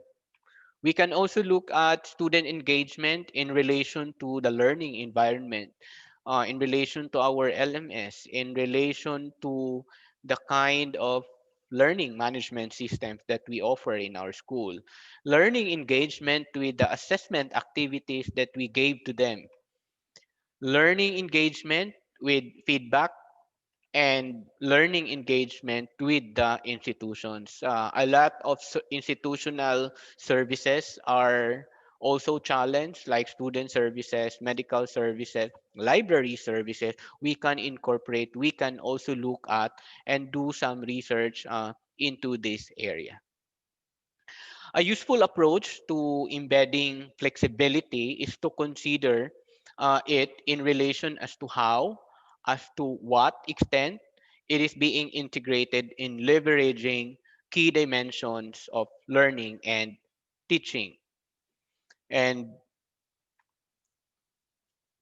we can also look at mental stress, perhaps. I'm sure you read a lot of periodicals, horror stories about mental stress, screen time management, counseling systems, learning styles, behavior, do some study on dropout predictions, and many more. You can include a lot, but I feel that these are the emerging research area as of the moment based on our experience in doing the online distance learning. With this, how we can do this and how we can move forward, I have a simple recommendation into this. Let us intensify and strengthen collaboration and partnership to all of us, researchers, institution to institution. For sure, many of us are partner already. We're partner in the past. Maybe we can revisit some partnerships, strengthen, realign research and development agenda in our university to respond to the emerging needs as of the moment in relation to technology enhanced flexible learning. And lastly, uh, here we have to learn, we have to unlearn and relearn, because there's so much information and so much things that we have to learn in this new normal of teaching and learning. With that, I thank you, and thank you for inviting, and thank you for attending our first ever full online conference of the CSP SPICE Special Interest Group. Thank you, and good morning, good afternoon, and good evening. Salamat, Mats. By Dave. We'll give you 30 seconds breather, no? So you can sip a cup of coffee or a glass of water before we start our Q&A. So again, as mentioned for the Q&A, we would encourage you to ask questions, no, via a live questions. So just simply click the raise hand icon, and I think Ma'am Maan will just simply unmute you, And then please state your name and your institution. Be direct to the point, be gentle, and please do not use foul words. And for those who are still shy until now, you can type your questions in the chat box or in the Q&A. Maybe we can start asking our panelists if they have questions. Feel free to unmute yourselves, my dear panelists, if you have questions. Yes, Greg, you were raising your hand. You have questions, Greg? Yeah, I did, and Very well, my good, Greg. question, okay, my question is a bit indirect. How would you consider a student or participant at Randy's age? Do you think he can be able to overcome all these technological issues, especially despite having a good internet connection at home? But if you look at it, there's really a bit of a challenge on the part of participants back home. No? And then if you try to track it out, there's also that particular issue of like whether we're pushing too much our students today, or if you compare it decades ago, well, we can check out. Well, for sure, several decades ago, just like Randy, for sure, they never had these kinds of Yeah. technology. But by Yes. Dave, before you answer that question by Dave, let me remind you, I'm only 42 years old by Dave. Okay. Okay. Let's have a qualifier. If the age of Randy, if we look at by number, well, research shows even prior to COVID, research shows that the younger generation learns so fast in terms of the technology, and in terms of in terms of classroom management with the use of technology. Research also shows that they are keen into that, and they are adept into the use of it. But with this new normal, if we look at Doc Randy's age as unsa man, Careful, careful. belongs to the upper cohort of learners, then I think they are challenged actually to catch up, no, to catch up with what our younger generations need to know. Well, I believe Dr. Randy is an outlier to these statistics. In fact, he's quite adept, to technology. In fact, in the playing of the Pambansang Awit, it was really a swift process when he was actually given that particular function. Okay. Anyway, yeah. Yeah, salamat by Greg. By Dave, let me read some of the questions no, in the Q&A from Allison. Thanks, Doc Dave, for the presentation. What is best possible flexible e-learning design for low resource settings where SMS and 3G communication is the only available communication protocols, and students have regular mobile phones and computers with decent specs? Okay. Thank you, Alison. Technology enhanced flexible learning is only one of the options. Of course, we can consider even the distance learning, but the correspondence type, like the one offered by the Department of Education and the modular learning. In other words, the printed module. But if you wanted to include technology in the delivery, I think if I could say this, I saw some schools actually incorporating the use of Messenger, the use of Facebook in the delivery of their teaching and learning.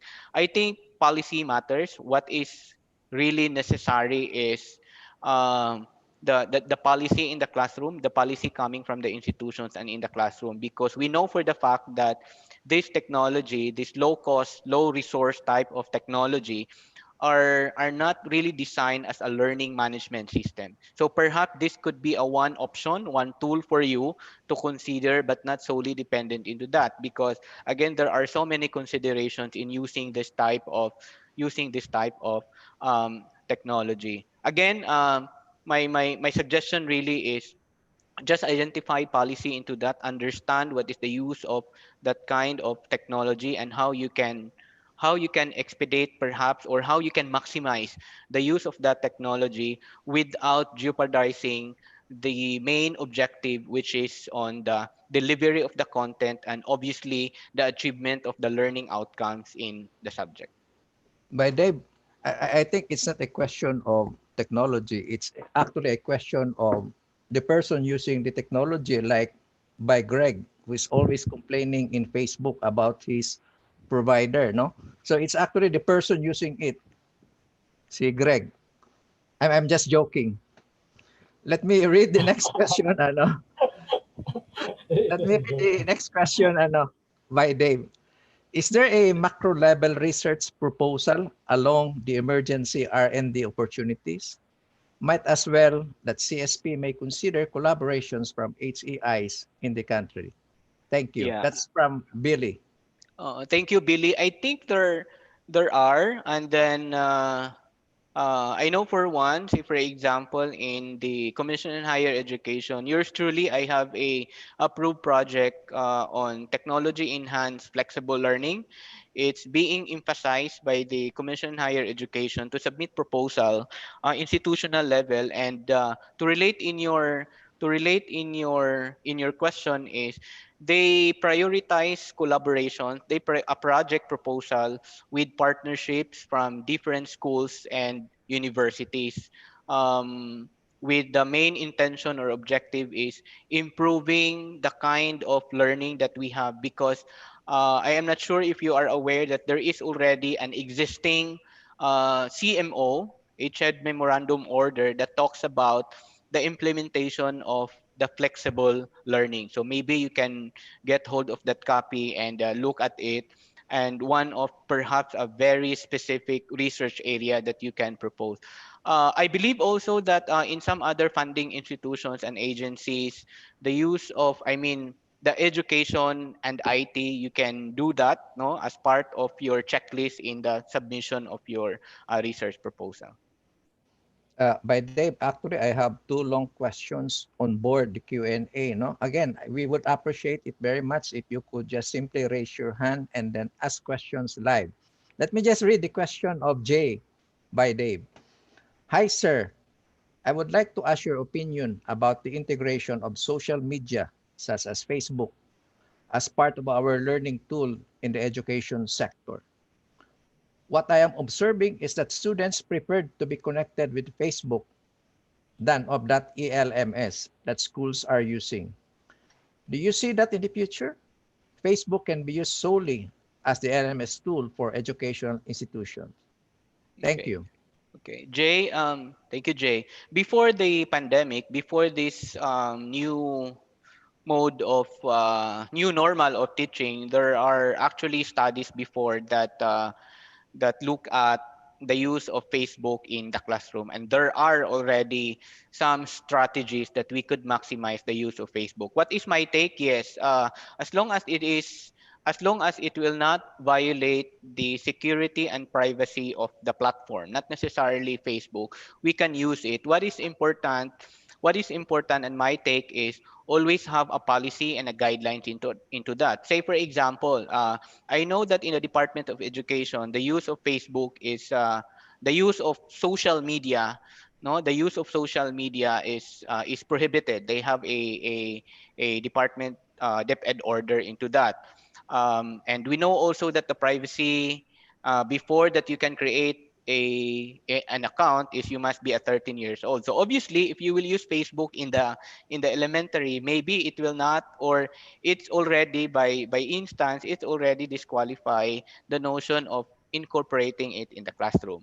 Now, um, my take in the future, why not? No, why not? It could be one of the support tool as we engage our students, because after all, flexible learning is about understanding the needs and understanding our students. If our students current situation is into social media, then we have to follow them, we have to provide them. But again, let's go back, what is policies and guidelines in our classroom. Let's fully understand what is the purpose of the social media. The social media is for social connection. Then let's try to capitalize into those areas. By Dave, I know of one SUC in Visayas, no? Near the region of by Greg that actually uses Facebook as their LMS platform. It's a state university. Okay. The next question is from Mel John. Actually, dalawa yung question niya. Basahin ko na lang ha. I'm not tweaking the question. I'm reading the question in toto. City Government of Taguig, Meljon Cortez. My question is, what do you think the factors the student presently now in the new normal situation? There are some comments and issues presented in the social media regarding the burden of students. Most of the subjects taken this semester, all his teachers had given a huge of requirements to the students, and now the student is in distress, the mental and affects the situations. How can the teachers help the student to endure in learning? What do you think? Can you suggest of this issue? This is a follow-up question from Meljon also. DICT NPC is not allowed to use the Facebook in online learning considering the data privacy. There is a resolution on that. What's your take by Dave? Okay, Sir Meljun, um, about this screen time, mental stress, it's a global thing. While COVID is a global pandemic, mental stress issues, screen time issues is also a global issues. You can read huge articles into that. My opinion into this is let's go back to the basic. Let's go back to our basic responsibility as a teacher. One is let's look at our learning outcomes. We know for the fact, especially from the Commission on Higher Education, I'm a member of the technical committee. The learning outcomes that we develop are designed actually for the face-to-face, and you cannot, and the activities that we included in our syllabus perhaps 3 years ago is really designed for face-to-face.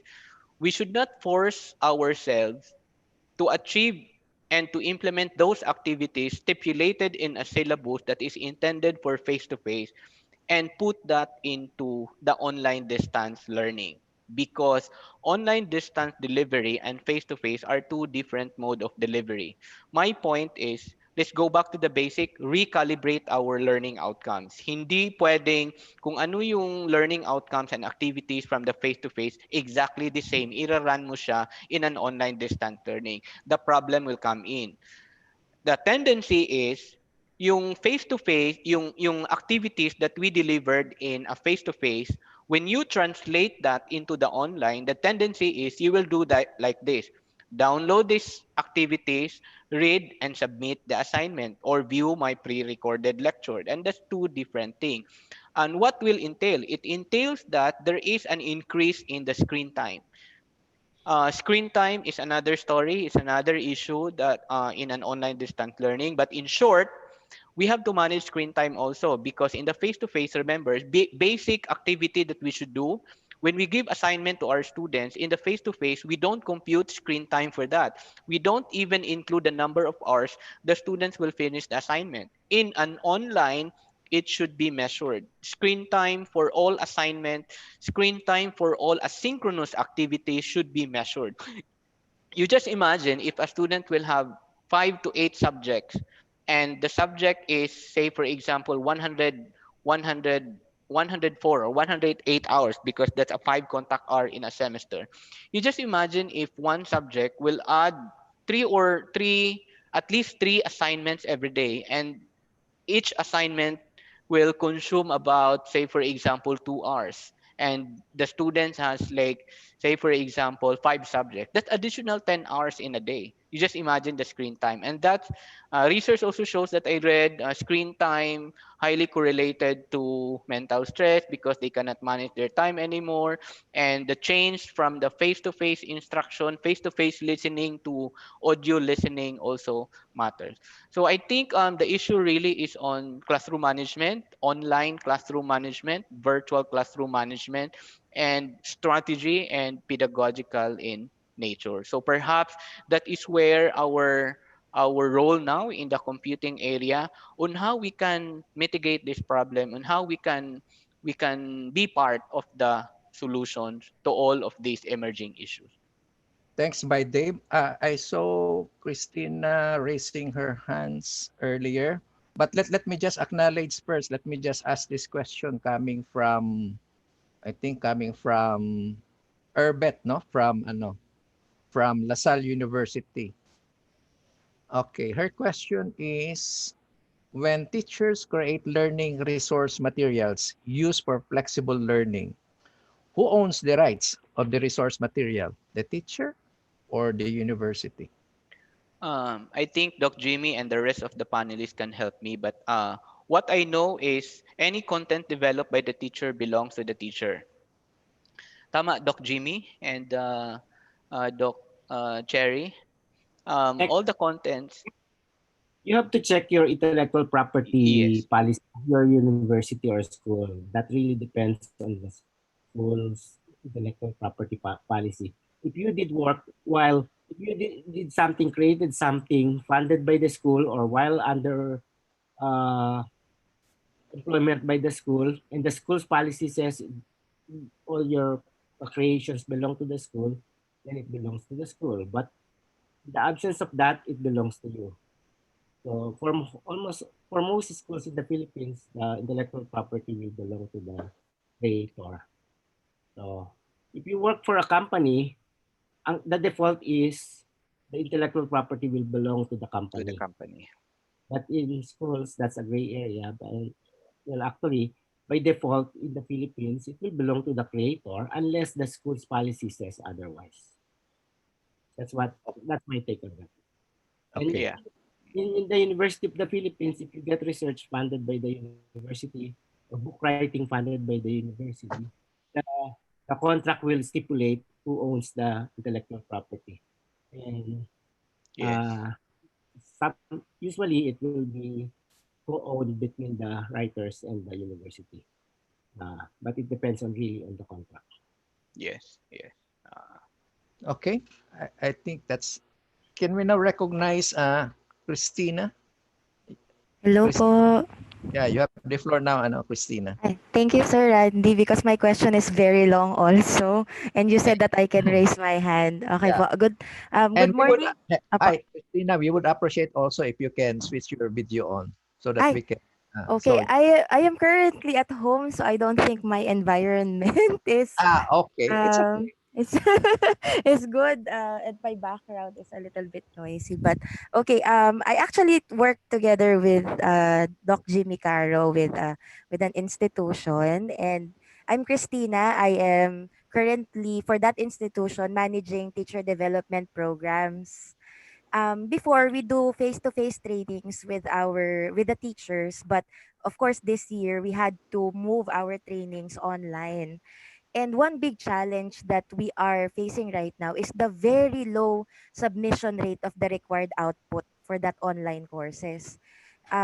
Just to give you a background, we have almost 600 enrollees, but we only 5% of those 600 were able to submit their output. And now, I would like to know the reason about this challenge by doing, from what I've seen from Sir Dave's presentation, a learner engagement research. So, Sir Dave, may I ask for some of your recommendations on doing this? yes, ma'am. There are many considerations. We can even start from the instructional design. If we have the learning management system, we could actually get data from our learning management system and look at the engagement. But the basic really is let's review our instructional design in our ISD in our materials. Let's try to review with it because research also shows that engagement is highly correlated with the instructional design, the nature, the kind of materials that we are producing, and obviously, when we talk about instructional design, that also includes activities, that includes also other learning resources. No, I assume that the activities that you gave from the face to face is not necessarily equal to the online distance learning because Yes, sir. that should not be the case. So if you have a learning management system, you can start with that. There is a data into that. You can we can do some modeling there, finding some patterns why they are disconnected from the LMS. But take note that there are so many aspects in engagement. Let Maybe the first thing that we should do, ma'am, is consider which area of the engagement that we wanted to study. Okay. Engagement to the activities, or engagement to the LMS, engagement to the resources, engagement to you, or to the nature of the activities that we gave. So maybe we will review first which area of engagement we want to look at, because again, engagement comes into 9 forms, and submissions only refers to resources and activities. Thank you very much, sir. Thank you po, Okay. Sir Randy. Salamat, Christina. I think we can still entertain one question from the panelists. I think Maan already switches her video on. Yes, you can have the last question, Maan. Sige sir. Sir, I was also lucky enough to watch your talk with the CSP UPD. So regarding flexible learning. Sir, in terms of sa ano naman po, sa faculty, how would you uh, or what would be your advice as to those who are still having difficulties shifting their materials to the whether it's flexible, remote, or distant learning? Okay, that's a very good question, Miss Maan. There's so much webinars that we know or circulating almost every hour, but my reflection with all of this is part of the learning curve. Part of the learning curve, because I know for one that all of us, even the non-techie teachers, even like the age like Dr. Randy, according to Greg,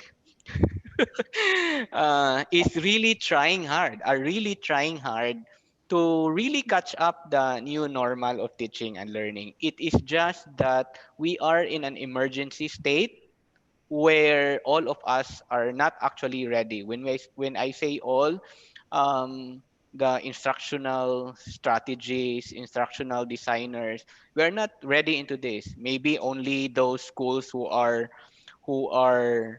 currently or offering already an online distance learning or some modular are ready. So maybe let's wait, because it's part in the learning curve. Most of the time when I attend also webinars, I also ask this question. There is a learning curve in our area, perhaps, especially in the computing, in the mathematical science. Instructional designing is a little bit challenging, perhaps. What is how to design micro learning type of content or designs. Continue learning, understand really the theories and principles of education, classroom management, pedagogy, because there's so much things to learn with all of this. With the technology that we are equipped right now, we can easily associate all those development that we develop. I think you can relate with me if we develop instructional software and blah blah blah, and it's nosebleed sa mga terms nila. But if we can go inside their world, it's gonna be easy. Let's just wait and then continue to learn with all of this. Tingnan mo si Doc Randy, he continues to learn, and even at his age right now, he's still active and even doing facilitation in the webinar in Zoom. Silingan mi ba? Silingan ang Sige, sige. Dumaguete Thank you, sa sir. Cebu. Thank you, sir. Sige, by Dave. There are actually some comments in the chat box. So you could just simply read it. That's our last question by Dave. So again, by Dave, in Yes, behalf of CSP SPICE and in behalf of everyone here in the conference meeting room, daghang kaayong salamat for taking the time to speak to us on research opportunities of technology-enhanced flexible learning. Your insight was really fascinating. Again, daghan kaayong salamat. thank you, thank you. Salamat by Dave. I think our third and last speaker And of course, the oldest speaker needs no further introduction. He's actually a good friend of mine, the great, great, grand, grand old man, Dr. Greg Victor Gabison of the University of San Jose Recoletos, who will talk on plugging, plugging in with Moodle. By Greg, the conference meeting room is all yours. Thank you, Dr. Randy. Just some trivial information. I'm actually wearing T-shirt number one of our first ICE conference in Cebu that was held in CIP. This is the one. Okay. So Randy got T-shirt number three, Cherry got T-shirt number two, and so on. So anyway, I'd like to share my screen, and so I think it's already visible. Hope it's visible already. Randy, is it visible? Give me a thumbs up. Okay. Okay. Yeah, it's really nice. No? A comment from Allison. Okay. I still have one more, but it's actually unused. No? I'm reserving it for last. And okay, so let me just get things in order for a moment. Okay, so I actually have two parts of my presentation this morning. One is actually just the usual, doing the presentation and just getting some kind of advocacy for the use of this particular tool. And the other one is a quick demonstration for this plugin. I've actually modified the title. Instead of saying plugging it in Moodle, I actually exposed already the tool that I would like to share to you this afternoon. So it's actually plugging Code Runner in Moodle. Now, if you can remember early on in our um, engagement this morning, there was one question fired out to Dr. Vlad.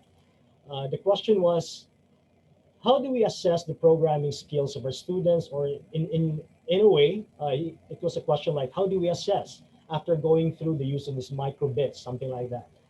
Well, I tell you, uh, when we do some kind of assessment, and I can remember before in the old-fashioned way, wherein, especially in the 90s, and at the time, brownout was quite prevalent, and for sure, it was even more during the time of Randy. And I tell you, we go down, we get down and dirty, we write down our solution, and it can look as messy as this one. And if you look at it, the real score of programming is a bit something that you cannot just do in one setting. Frankly, when you check this out as a teacher, it would be a bit nearly impossible to come up with such a grade for this kind of code. But you would truly appreciate the effort of the student doing this because in its general context, nobody can actually do some kind of program, coming up with a solution in one setting. And arriving at a certain code snippet for a certain problem may take some kind of several iterations. And remember, if you talk about programming, programming is something that you don't simply are able to arrive at one fits all or one solution at a time. First, take note, it's actually a fluid process involving interaction between you, the programmer, and that of the machine. And second, do take note that programmers don't actually get their codes correct on the first try. Only very talented individuals. Probably Cherry can do it in one setting, but for the rest, especially Randy, probably there will be an infinite loop to that, no, when doing the programming.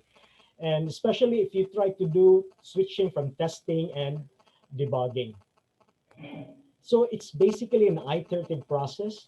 And also, when you do programming, I can remember before when we get down and dirty, we have a paper to work on, it would really be a bit messy. But thanks to technology, we have lots of very ideal integrated development environment wherein we're able to provide a programming environment that's really authentic, and students can be able to test their codes, do some tracing, go backwards and go forward.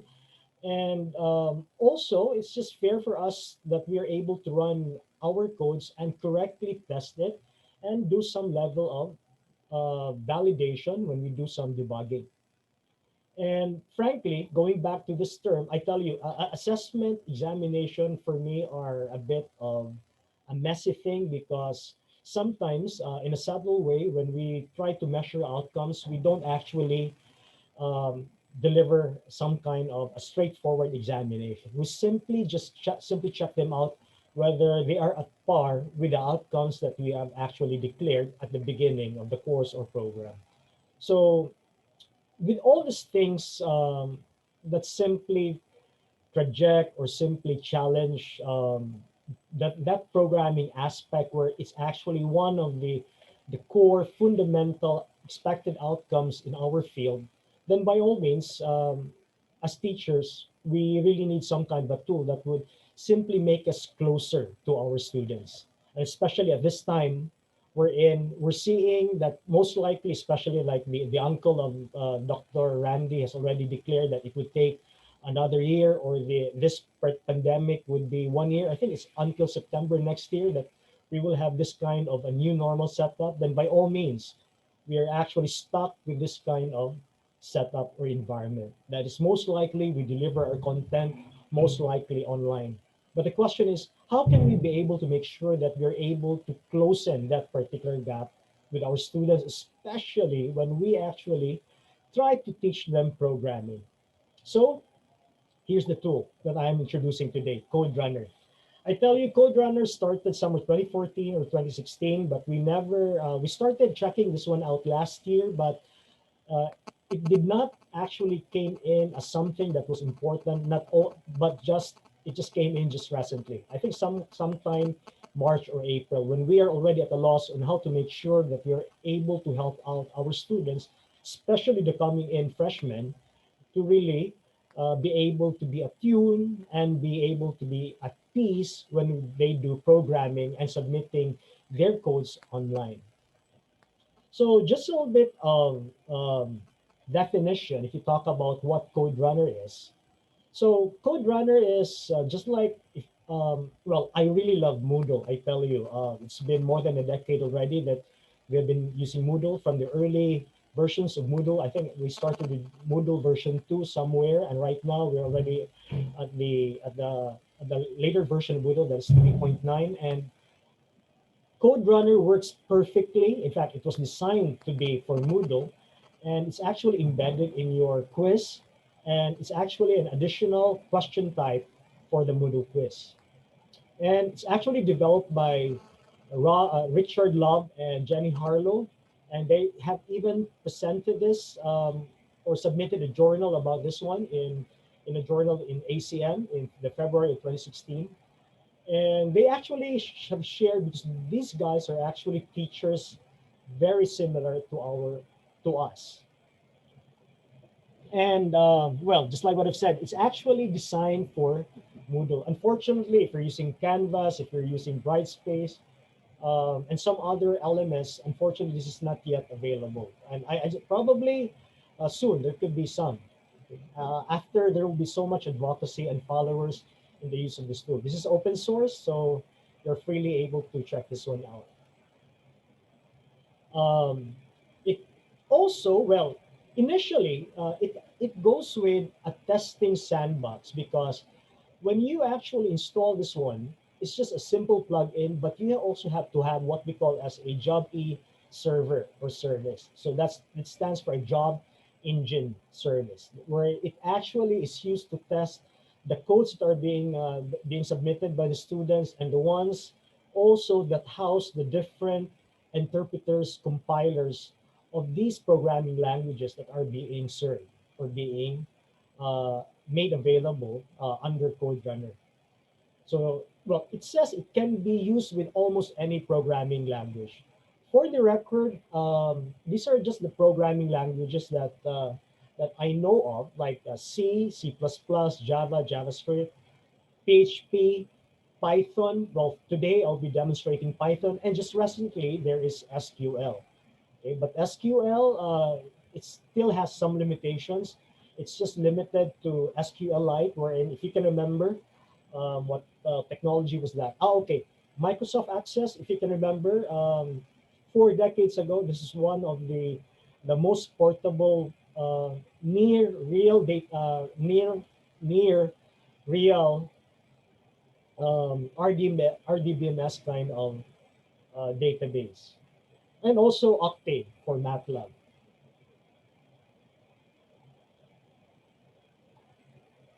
And the context of Code Runner is this. So for Code Runner, um, this is actually the framework. It actually makes use of a template language, the Twig. Wherein, if you talk about Twig, Twig is, oops, sorry. Okay. Twig is actually, just like if you've been using VS Code, that code editor, it actually makes use also of Twig, wherein it provides some kind of a flexible, fast, and secure template engine. And it works well with certain interpreters. Um, just like, for example, in Python, we have Pylint, and allows you to be able to check out the syntax and also the coding form of a certain programming language. And what it does is that for Code Runner, you can see here that it actually checks out the program template where at the design stage where the instructor is actually forming in, and it connects with that particular twig, and as well as try to instantiate the submission of the student. So both of these submissions are actually being checked out together and then compared. Okay? And as a result, it runs the code and it provides some kind of a grade or a comparison, which is in a way consistent with the way that you've actually qualified it in Moodle. So what are the features of Code Runner? So first, well, it provides free syntax checks because it has integration of the interpreters or the compiler that goes with that specific programming language. And just like Python, in Code Runner, it makes use of the Pylint, which is actually the source code debugger and quality checker for Python programming language. And provides basic syntax highlighting. It can also give access to pop-ups for language documentation, just in case there are needs or there are special warnings. And prior to simply saving that particular code or examination item, the faculty or the teacher could be forewarned or could be informed of certain things, which I will share later on. And also, because this is also embedded in Moodle, a teacher can apply their own rules and penalty regime. In fact, this is one thing that I also would like to encourage, because by default, and unfortunately in the Philippines, where our academic calendar is a straight through kind of calendar, like when we have one semester and we have all this bulk of students coming in at the same time and getting out, hopefully they get out or they pass the course at the same time together, it would be a bit of a challenge. But allow me to share later on how a certain kind of adaptive kind of approach that would allow you to be able to let your students go through so that at least they can build up on their own experience, or let's say like well, if they make mistakes, at least they're able to check out these particular experiences as they build on their expertise on the content that you're actually delivering. So, and then just a little bit of a rundown to what Moodle is. Well, I think the latest version of Moodle is somewhere 3.9, and most of the universities and HEIs are all over the globe are already using it. So it's actually an LMS which is designed to provide us, administrators, learners, with a single, robust, secure, and integrated system environment, and to be able to provide some kind of a personalized kind of learning environment.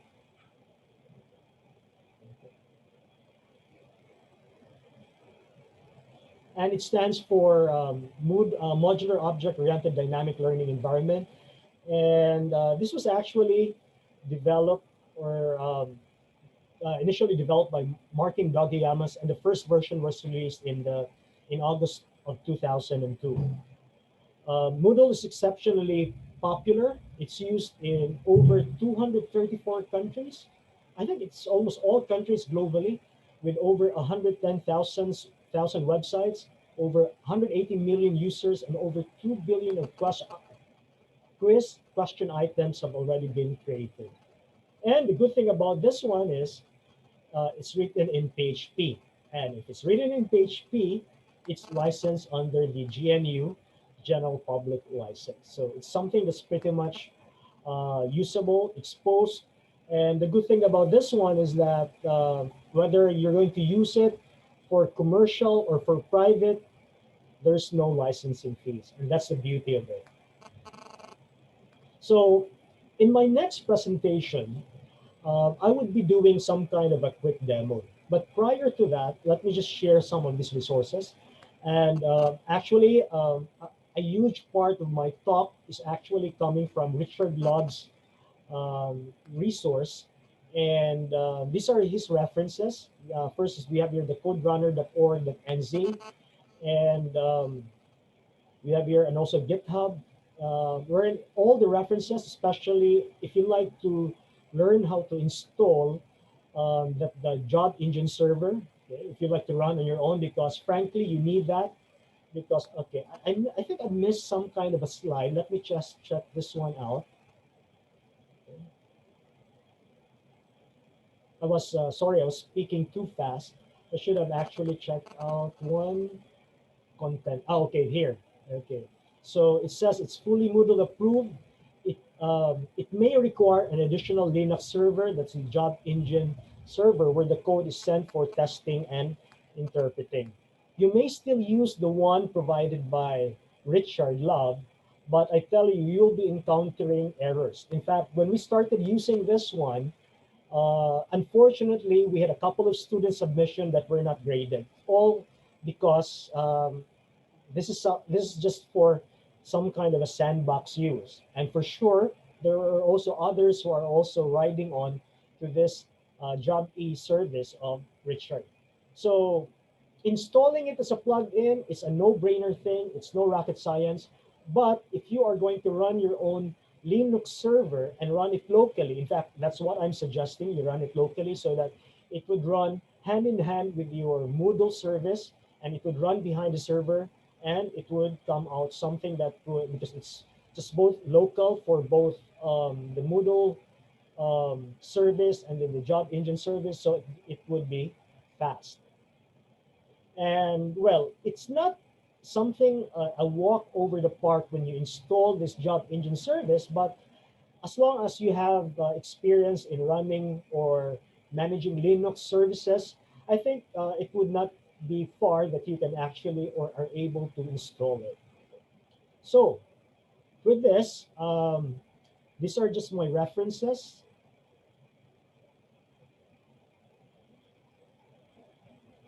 Okay. So the GitHub is actually the one that has all the resources. It even has the scripts, because this is also open source. You can also play around with it, especially on the part of the reports and also some statistics that you would like to check out.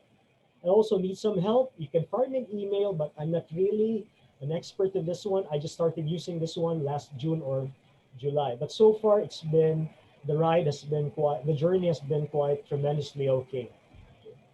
So for now, I would like to share. So let me just shift my screen. Okay.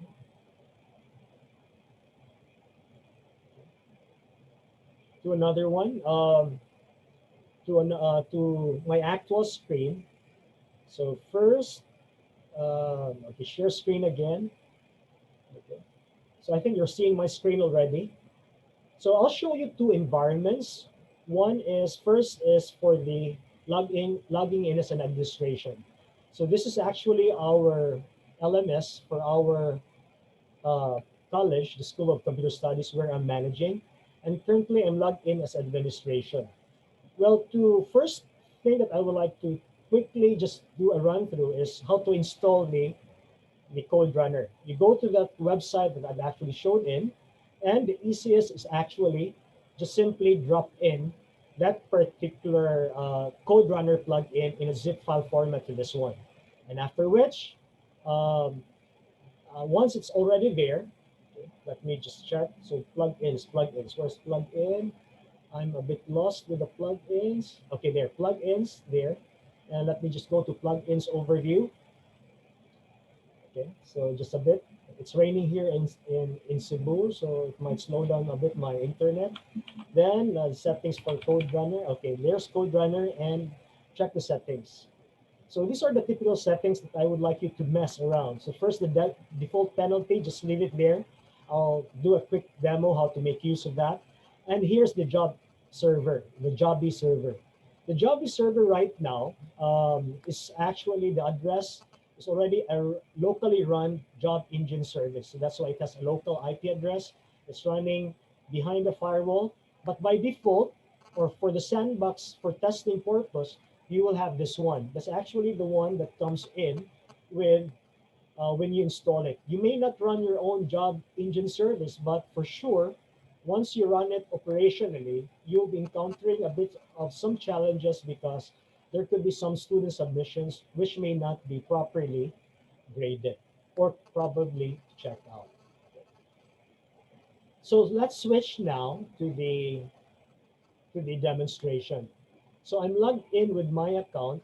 For a moment, I'm actually having a loss of this, uh, the Zoom. It's actually messing up my presentation where I should be putting this one. Okay. Anyway, so No let's problem, leave this. Greg. We understand you're old. Okay, I know. So anyway, this is my. I've logged in as a teacher of our LMS, so I'm logged in, and this is actually my dashboard. And if you would notice, it's actually 3.9. With 3.9, it has a very beautiful user interface already. Okay. And I'm teaching databases, but I'll just make use of this. And I would be very careful not to expose any student information, or else I will be screwed by Dr. Randy Gamboa. Because frankly, he's the one who's been squealing individuals who are actually exposing data privacy or exposing the privacy information of certain individual. I'm taking note of that. Anyway, so first demo. Okay, so let me just place it here. Okay, so as an activity. So I'll be doing a quick demo on adding or the use of Code Runner. And just to level expectations, I will just be limiting Python and SQL because as of the moment, since it's been a long time already since I did some heavy programming. So I'm only limited to scripting in Python and SQL. As you may know, these are the more mature and senior scripts that as you go older, that would actually be retained in your thoughts. So let's add an activity. Okay. So I'll choose quiz. Actually, you may go to all, but I've already added a shortcut. So you have your quiz. I'm really disturbed by this. Okay, where should I place it here? Okay, there. Okay. So I'm going to add a quiz activity. So let me just name this one as demo on Python and SQL with Code Runner. Okay, runner. And we have here the question behavior. By default, and traditionally, we're used to deferred feedback, wherein if you use the deferred feedback, you normally give feedback after all has submitted or after everybody has finished their examination. But considering that we have some kind of, considering that we also would like to provide some kind of a journeying kind of process, we would actually be using the adaptive mode. Now in the, and then let me just also open it here. Appearance, no, this is not. Okay, overall feedback. Oh, no, it's not. I'm at a loss. Activity completion, no, it's not. Okay, review option, sorry. Okay. So when you choose deferred feedback, this particular attempt is actually disabled. The reason for that is that you don't give feedbacks while the students are actually attempting or while they're still in the middle of the quiz. But if you choose adaptive mode, you would be able to see that it's actually lighten up. This is where you're able to journey with the students as they're actually going through the quiz items or every quiz item in the quiz. And well, for the timing, okay, so anyway, let's just set, probably we will take this one within 20 minutes. We'll not have any open quiz. And just for some extra restrictions or, okay, you may enter a password, but we will not have a password today. Okay, and then that's it. So save and display. Okay, then let's add the quiz items. So I'll be demoing a Python quiz and a SQL quiz item. So first, let's have the Python. Okay, we'll add a new question.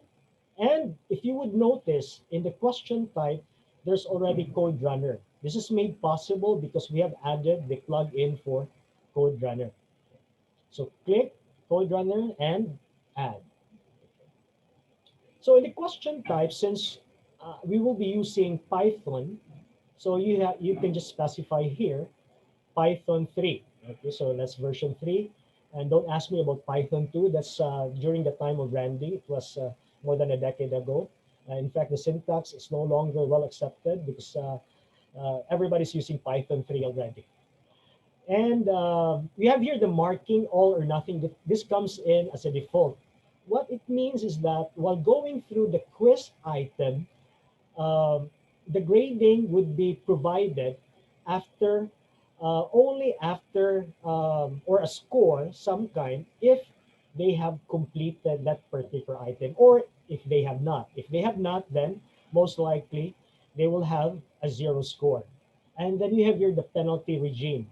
Assuming I'm not like Randy Gamboa, nor even Dr. Henry, wherein they're too strict, I'll just give them this option, so 0. So this would mean that after the first try, if they don't get the correct or submit the correct answer, there will be no penalty. Penalty comes in on the second, and so on.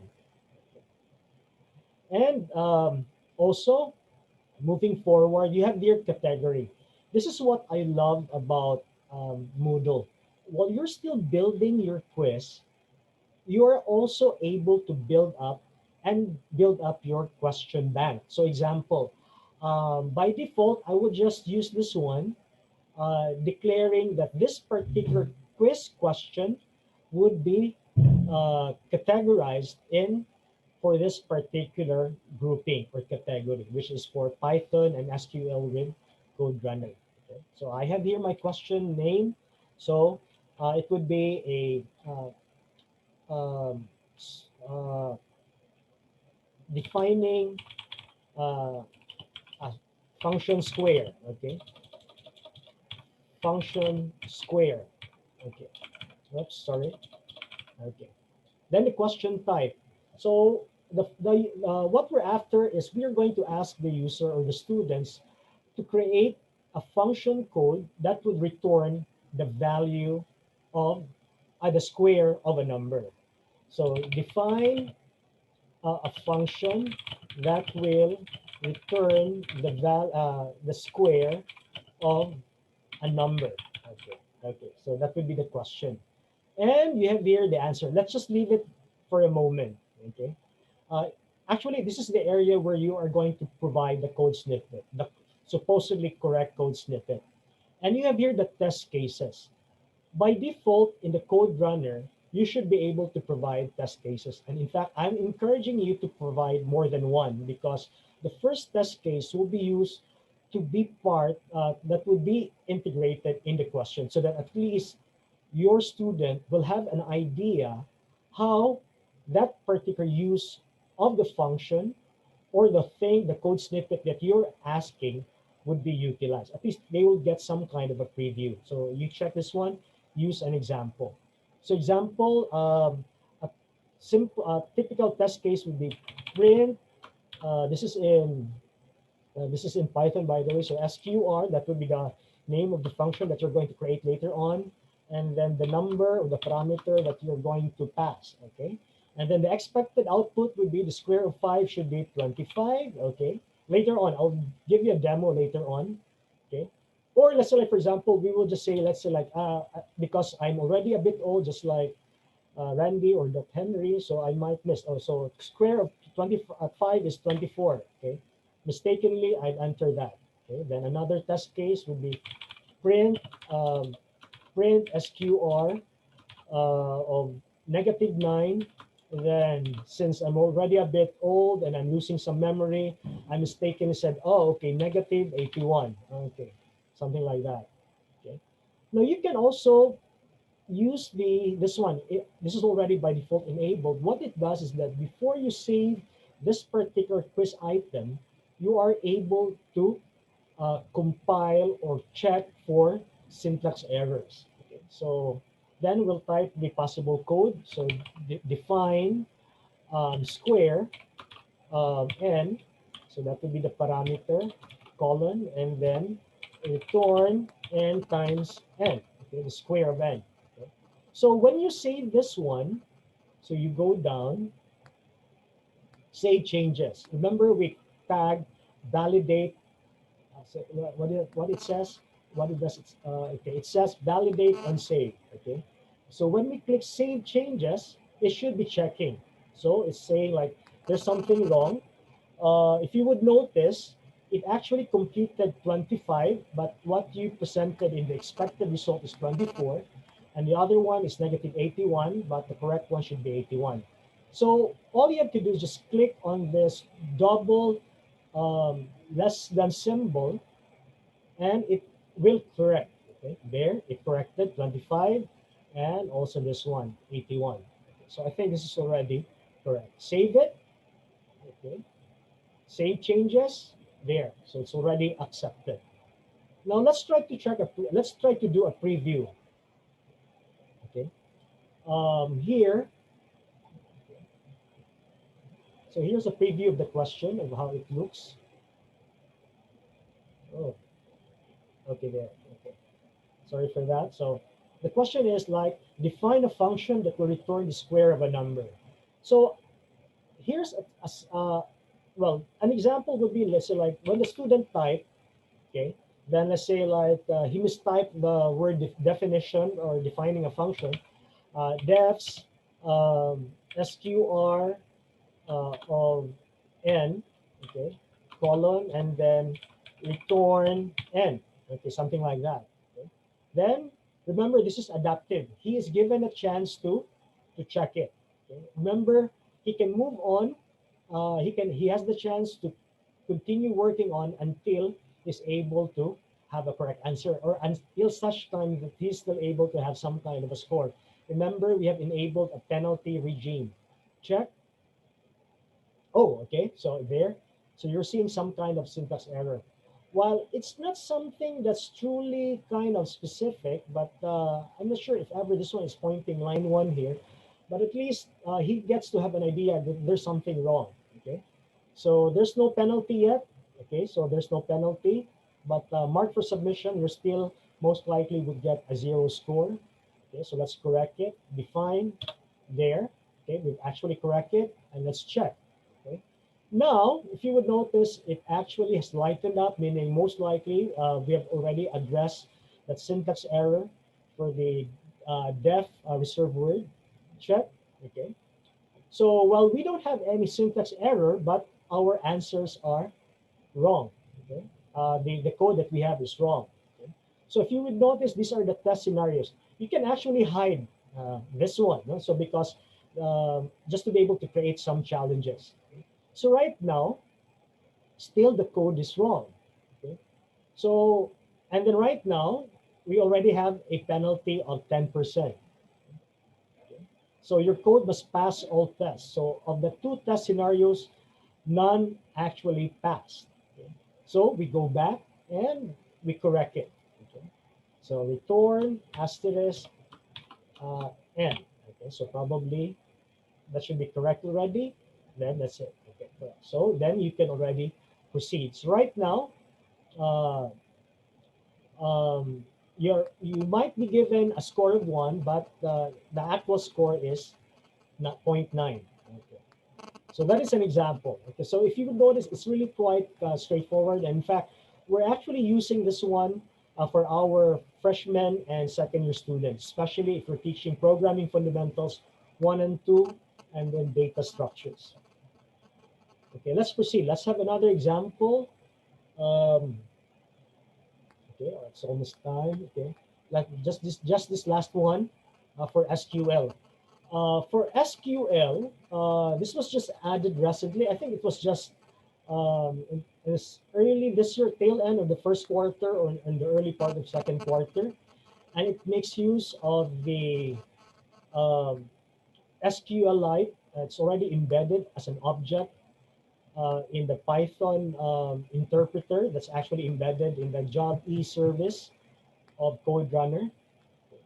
But for demonstration purpose, let me just try to give you a demo of the use of SQL.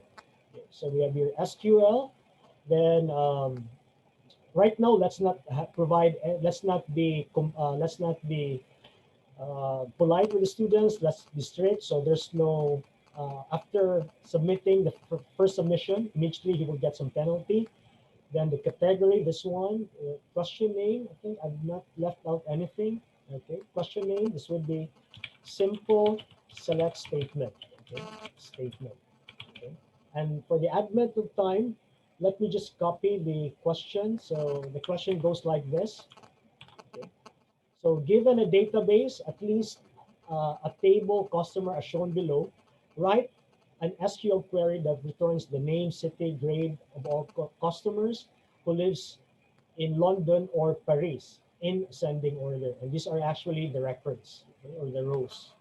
Now, considering SQL is data driven, so you have to make sure that you're also able to provide the database. Okay, so it's here, and it makes use of SQLite. So this is the portable version, and somewhat it's consistent with MySQL, but the only difference is that it does not have those security enabled provisions like user security and so on. But for academic and demonstration purpose, I think it would do its job. Okay? So let me just add the file here. So Q1DB. Okay. And let's have the answers, okay, or the test cases. Now, the difference between of SQL is that for the test case, it doesn't provide any specific correct, how do you call this, SQL statement. What you can do here for test case scenarios is that you can just make use of it as a remarks area. This is for the uh, first, okay, scenario, okay, something like that. Okay? And you will have a typical output. So a typical answer will be, you say, sorry, there's a, remember what were the things being asked? Select name, city, and grade. Let me just copy this one, coming from customers table. And should city lives in London or Paris? Okay, so let me just go. So select name, city, grade. I'm almost done, Randy. No need to worry. Okay. From customers, city, okay, grade. Okay. From customers. Oh, sorry. I'm not. This should not be the area. So you have to be careful. It should be here. That's why there was no checking of syntax. Okay. I'm rushing. I'm feeling the pressure coming from Randy. Yeah? Okay. Select name, city, grade from customers, where city is equals to London, or city is equals to Paris. Okay, Paris. Oops, it's context sensitive, and then order by name. So that should be the correct answer, hopefully. Then you have here scenario 1 and the possible output. Okay, so for test 1, let's just display the correct output, and it should look like this. And in the advent of time, let me just show you in test scenario 1, I'm going to do a demo wherein we would be adding a certain row okay, just to be able to do a bit of validation for the test. And in that, we're just going to insert an additional row for that. So with this one, extra template data, we'll just fire an SQL statement. And here's the adjusted output. Adjusted output would be here, where it would have Angus MacD already. Okay. So I think that's it. So I think we're almost done with the check. So remember, I've actually enabled validate on save just to make sure that all the test cases and even the select statement goes hand in hand with your test scenarios. Okay, save changes. Okay, now this is the issue because it's just like doing a black box testing. What it sees that when it executes the select statement, you would see that there's a bit of a difference in terms of the formatting. Okay, and this is the anomaly right now with this SQL, because if you're having this kind of output, chances would be your students would also have some differences in the output, like the spacing and so on. So that would be one of the challenges for the moment. So anyway, I'm checking the double less than symbol so that it will just correctly expect it. Okay, so I think that's it. So we run it. Okay, save changes. Now let's do a quick demo of what we did. So run, so simple select statement. So we have here, let me just copy and paste the answer. So the one that I had a while ago. Okay, so the output, okay. But assuming, let's say like for example, I will not include the order. Okay, so check. Okay, so if you would notice, in the extended test scenario, it did not get a correct answer. But in the first one, since by chance the sequence of the rows or the records are actually somewhat in ascending order already by name. So by chance, the student was able to get the first one. So that's why it's also necessary that you will have more than one test scenario. Okay? So on the second scenario, the student did not get it correctly. Okay? So probably all he has to do is just add this one order by name. Okay, then check again. Then by that time, you're able to get the correct answer. Okay, so I think that's it. So we're nearing time. So I think I still have about 7 to 8 minutes of Q&A. Okay, so hopefully you got to appreciate Code Runner. Okay, so I think that's it. Okay, so Are you done, Doc Greg? yeah. Was Yes. I sharing the screen? Come again. Was I sharing my screen? Okay, yeah, You're still I sharing was. your I was. screen. Yeah. Okay. Okay. Salamat, by Greg. At least So you're thank very you. conscious. That's Yeah, at least you're very conscious with the time, no? Just to let you know, it's already 12:07. And Yeah, let I me, know. It's really hard to be standing between lunch. yeah, and let me remind you, I'm older than I was, and I'm still washed up, and I haven't changed my programming one iota by Greg. It's just much Okay. easier to do this when people are being nice to you. So if you look at me, I look 29, I feel like 15, and I act like 14. So that makes me 58 by Greg. So better be nice to me. Okay, I saw one raising her hand. Let us just acknowledge one question lang for you by Greg coming from Heidi. I Oh, unmute you, Heidi. You are now acknowledged, Heidi.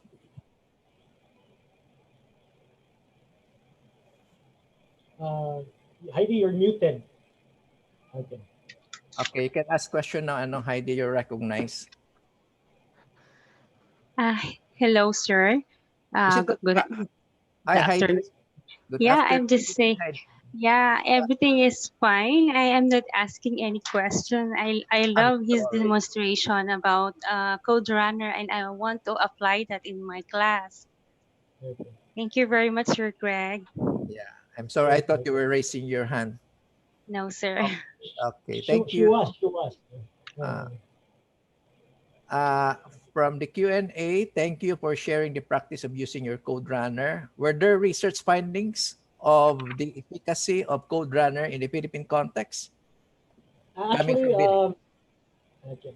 Unfortunately, contrary or a bit different to the presentations of the two prior presenters, I don't have any research findings or whatsoever. I just did a demo on the use of Code Runner. Do take note that it's actually a challenge for us teachers when teaching programming and how you can actually be able to streamline your delivery and be able to track out the codes that are being submitted to students. So at least we have a tool that's actually open source, which is free, and you can actually take advantage of it. And I think it's not that hard to simply embed it or integrate it, especially if you're using Moodle. But other than that, you can actually do some Googling. There are, I think, a couple of research papers in terms of their experiences and the use of Code Runner. Okay, there's another question from Allison. Thanks for the presentation, Doc Greg. I am running an older version of Moodle. I am not Okay. updating due to possible incompatibilities with my existing packages. Does Code Runner have backward compatibility with older Moodle version? Yeah, I think you can start with version 2.4. I think that was one of the best builds, stable builds that I've actually took note of. But unfortunately, what I would suggest is that I think there's some level of backward compatibility. You can try the newer version because it's actually easy to pull out that particular plugin. Okay, um, especially like let's say for example, one of the newer things that are being embedded in version 3.3 of Code Runner is SQL and also the graph, the use of graph. If you like to do some graphs, especially in your data structures, and these are not found in the older versions. If it does not work, if the newer version does not work, you can always take out the plugin and reinstall an earlier version. So it's as easy as that.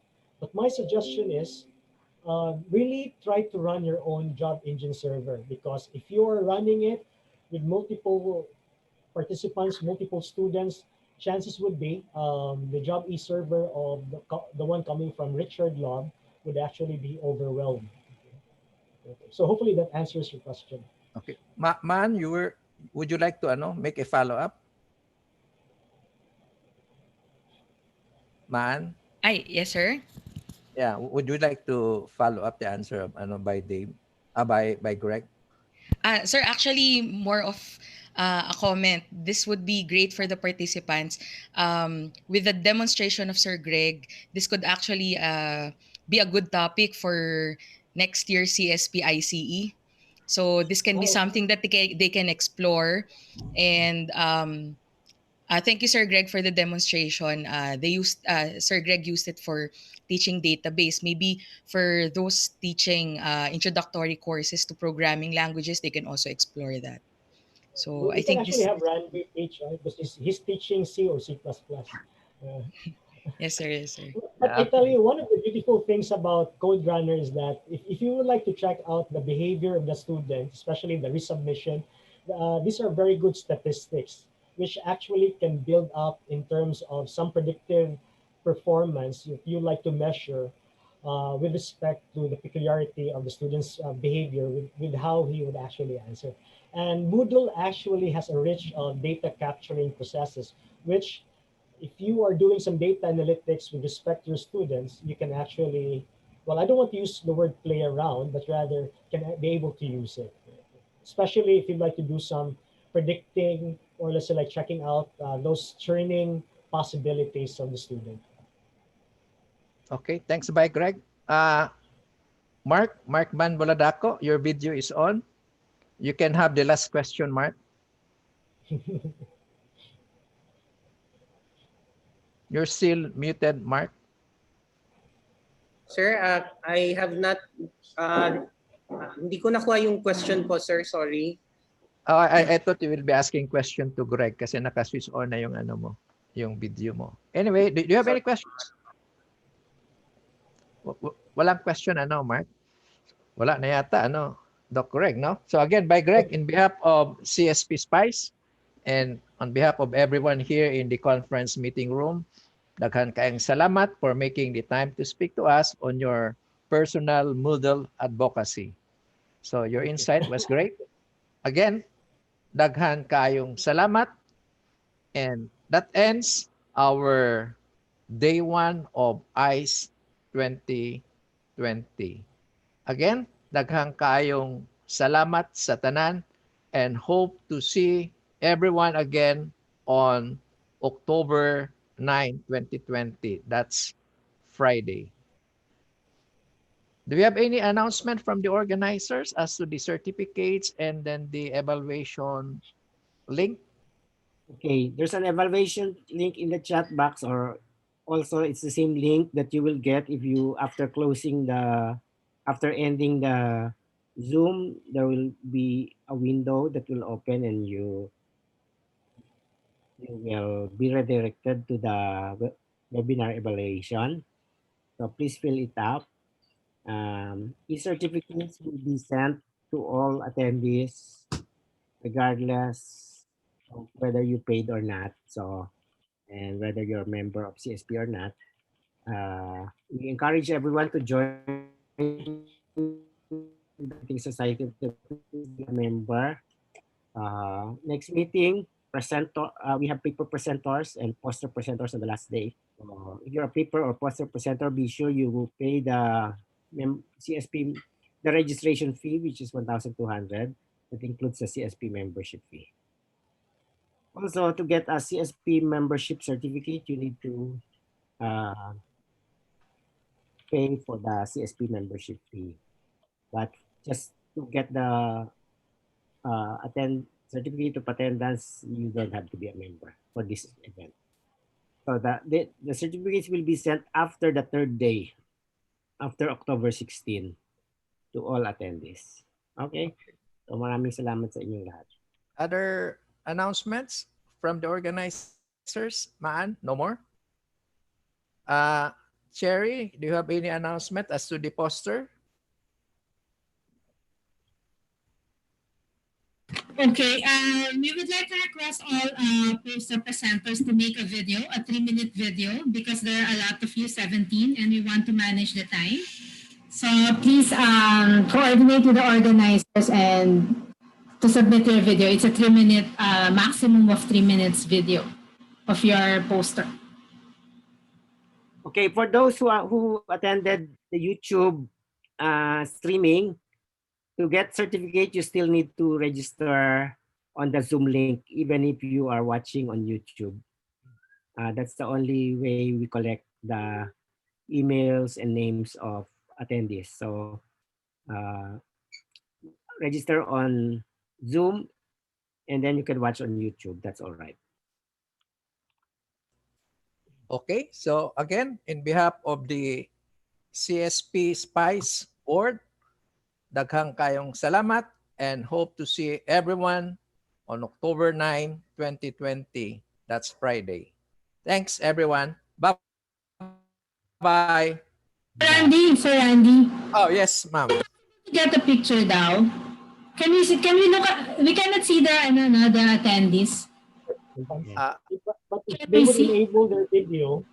I think only the panelists are No, but if they will enable their video, they cannot. Only panelists. Only the panelists. Yeah. Only panelists can enable their video. So may I suggest then that all the panelists to switch on their video so that we can have a photo op? Okay. Who's taking the picture? Teka, who's taking the pics? Meron ba? Wala. Yeah, I can take a picture. Print screen lang. Okay, 1, 2, 3. Smile. Again, 1, 2, 3. Smile. Okay. Let me check if ma-develop ba. Okay. Okay. There. Okay. So, again, daghang salamat and congratulations to the presenters, to the panelists, and to everyone. Thank you. Thank you, Sir Vlad. Thank you, Dr. Okay. Mariano. Bye, everyone. Thanks, Bye-bye. everyone. Thank you po. Do we have a meeting, Doc Jim, after this? Wala na? Sa ano na lang, sa site. So, announce Okay. if you want a meeting sa Okay. Naka-on pa recording, Doc Jimmy. stop the recording. Stop the Yeah, stop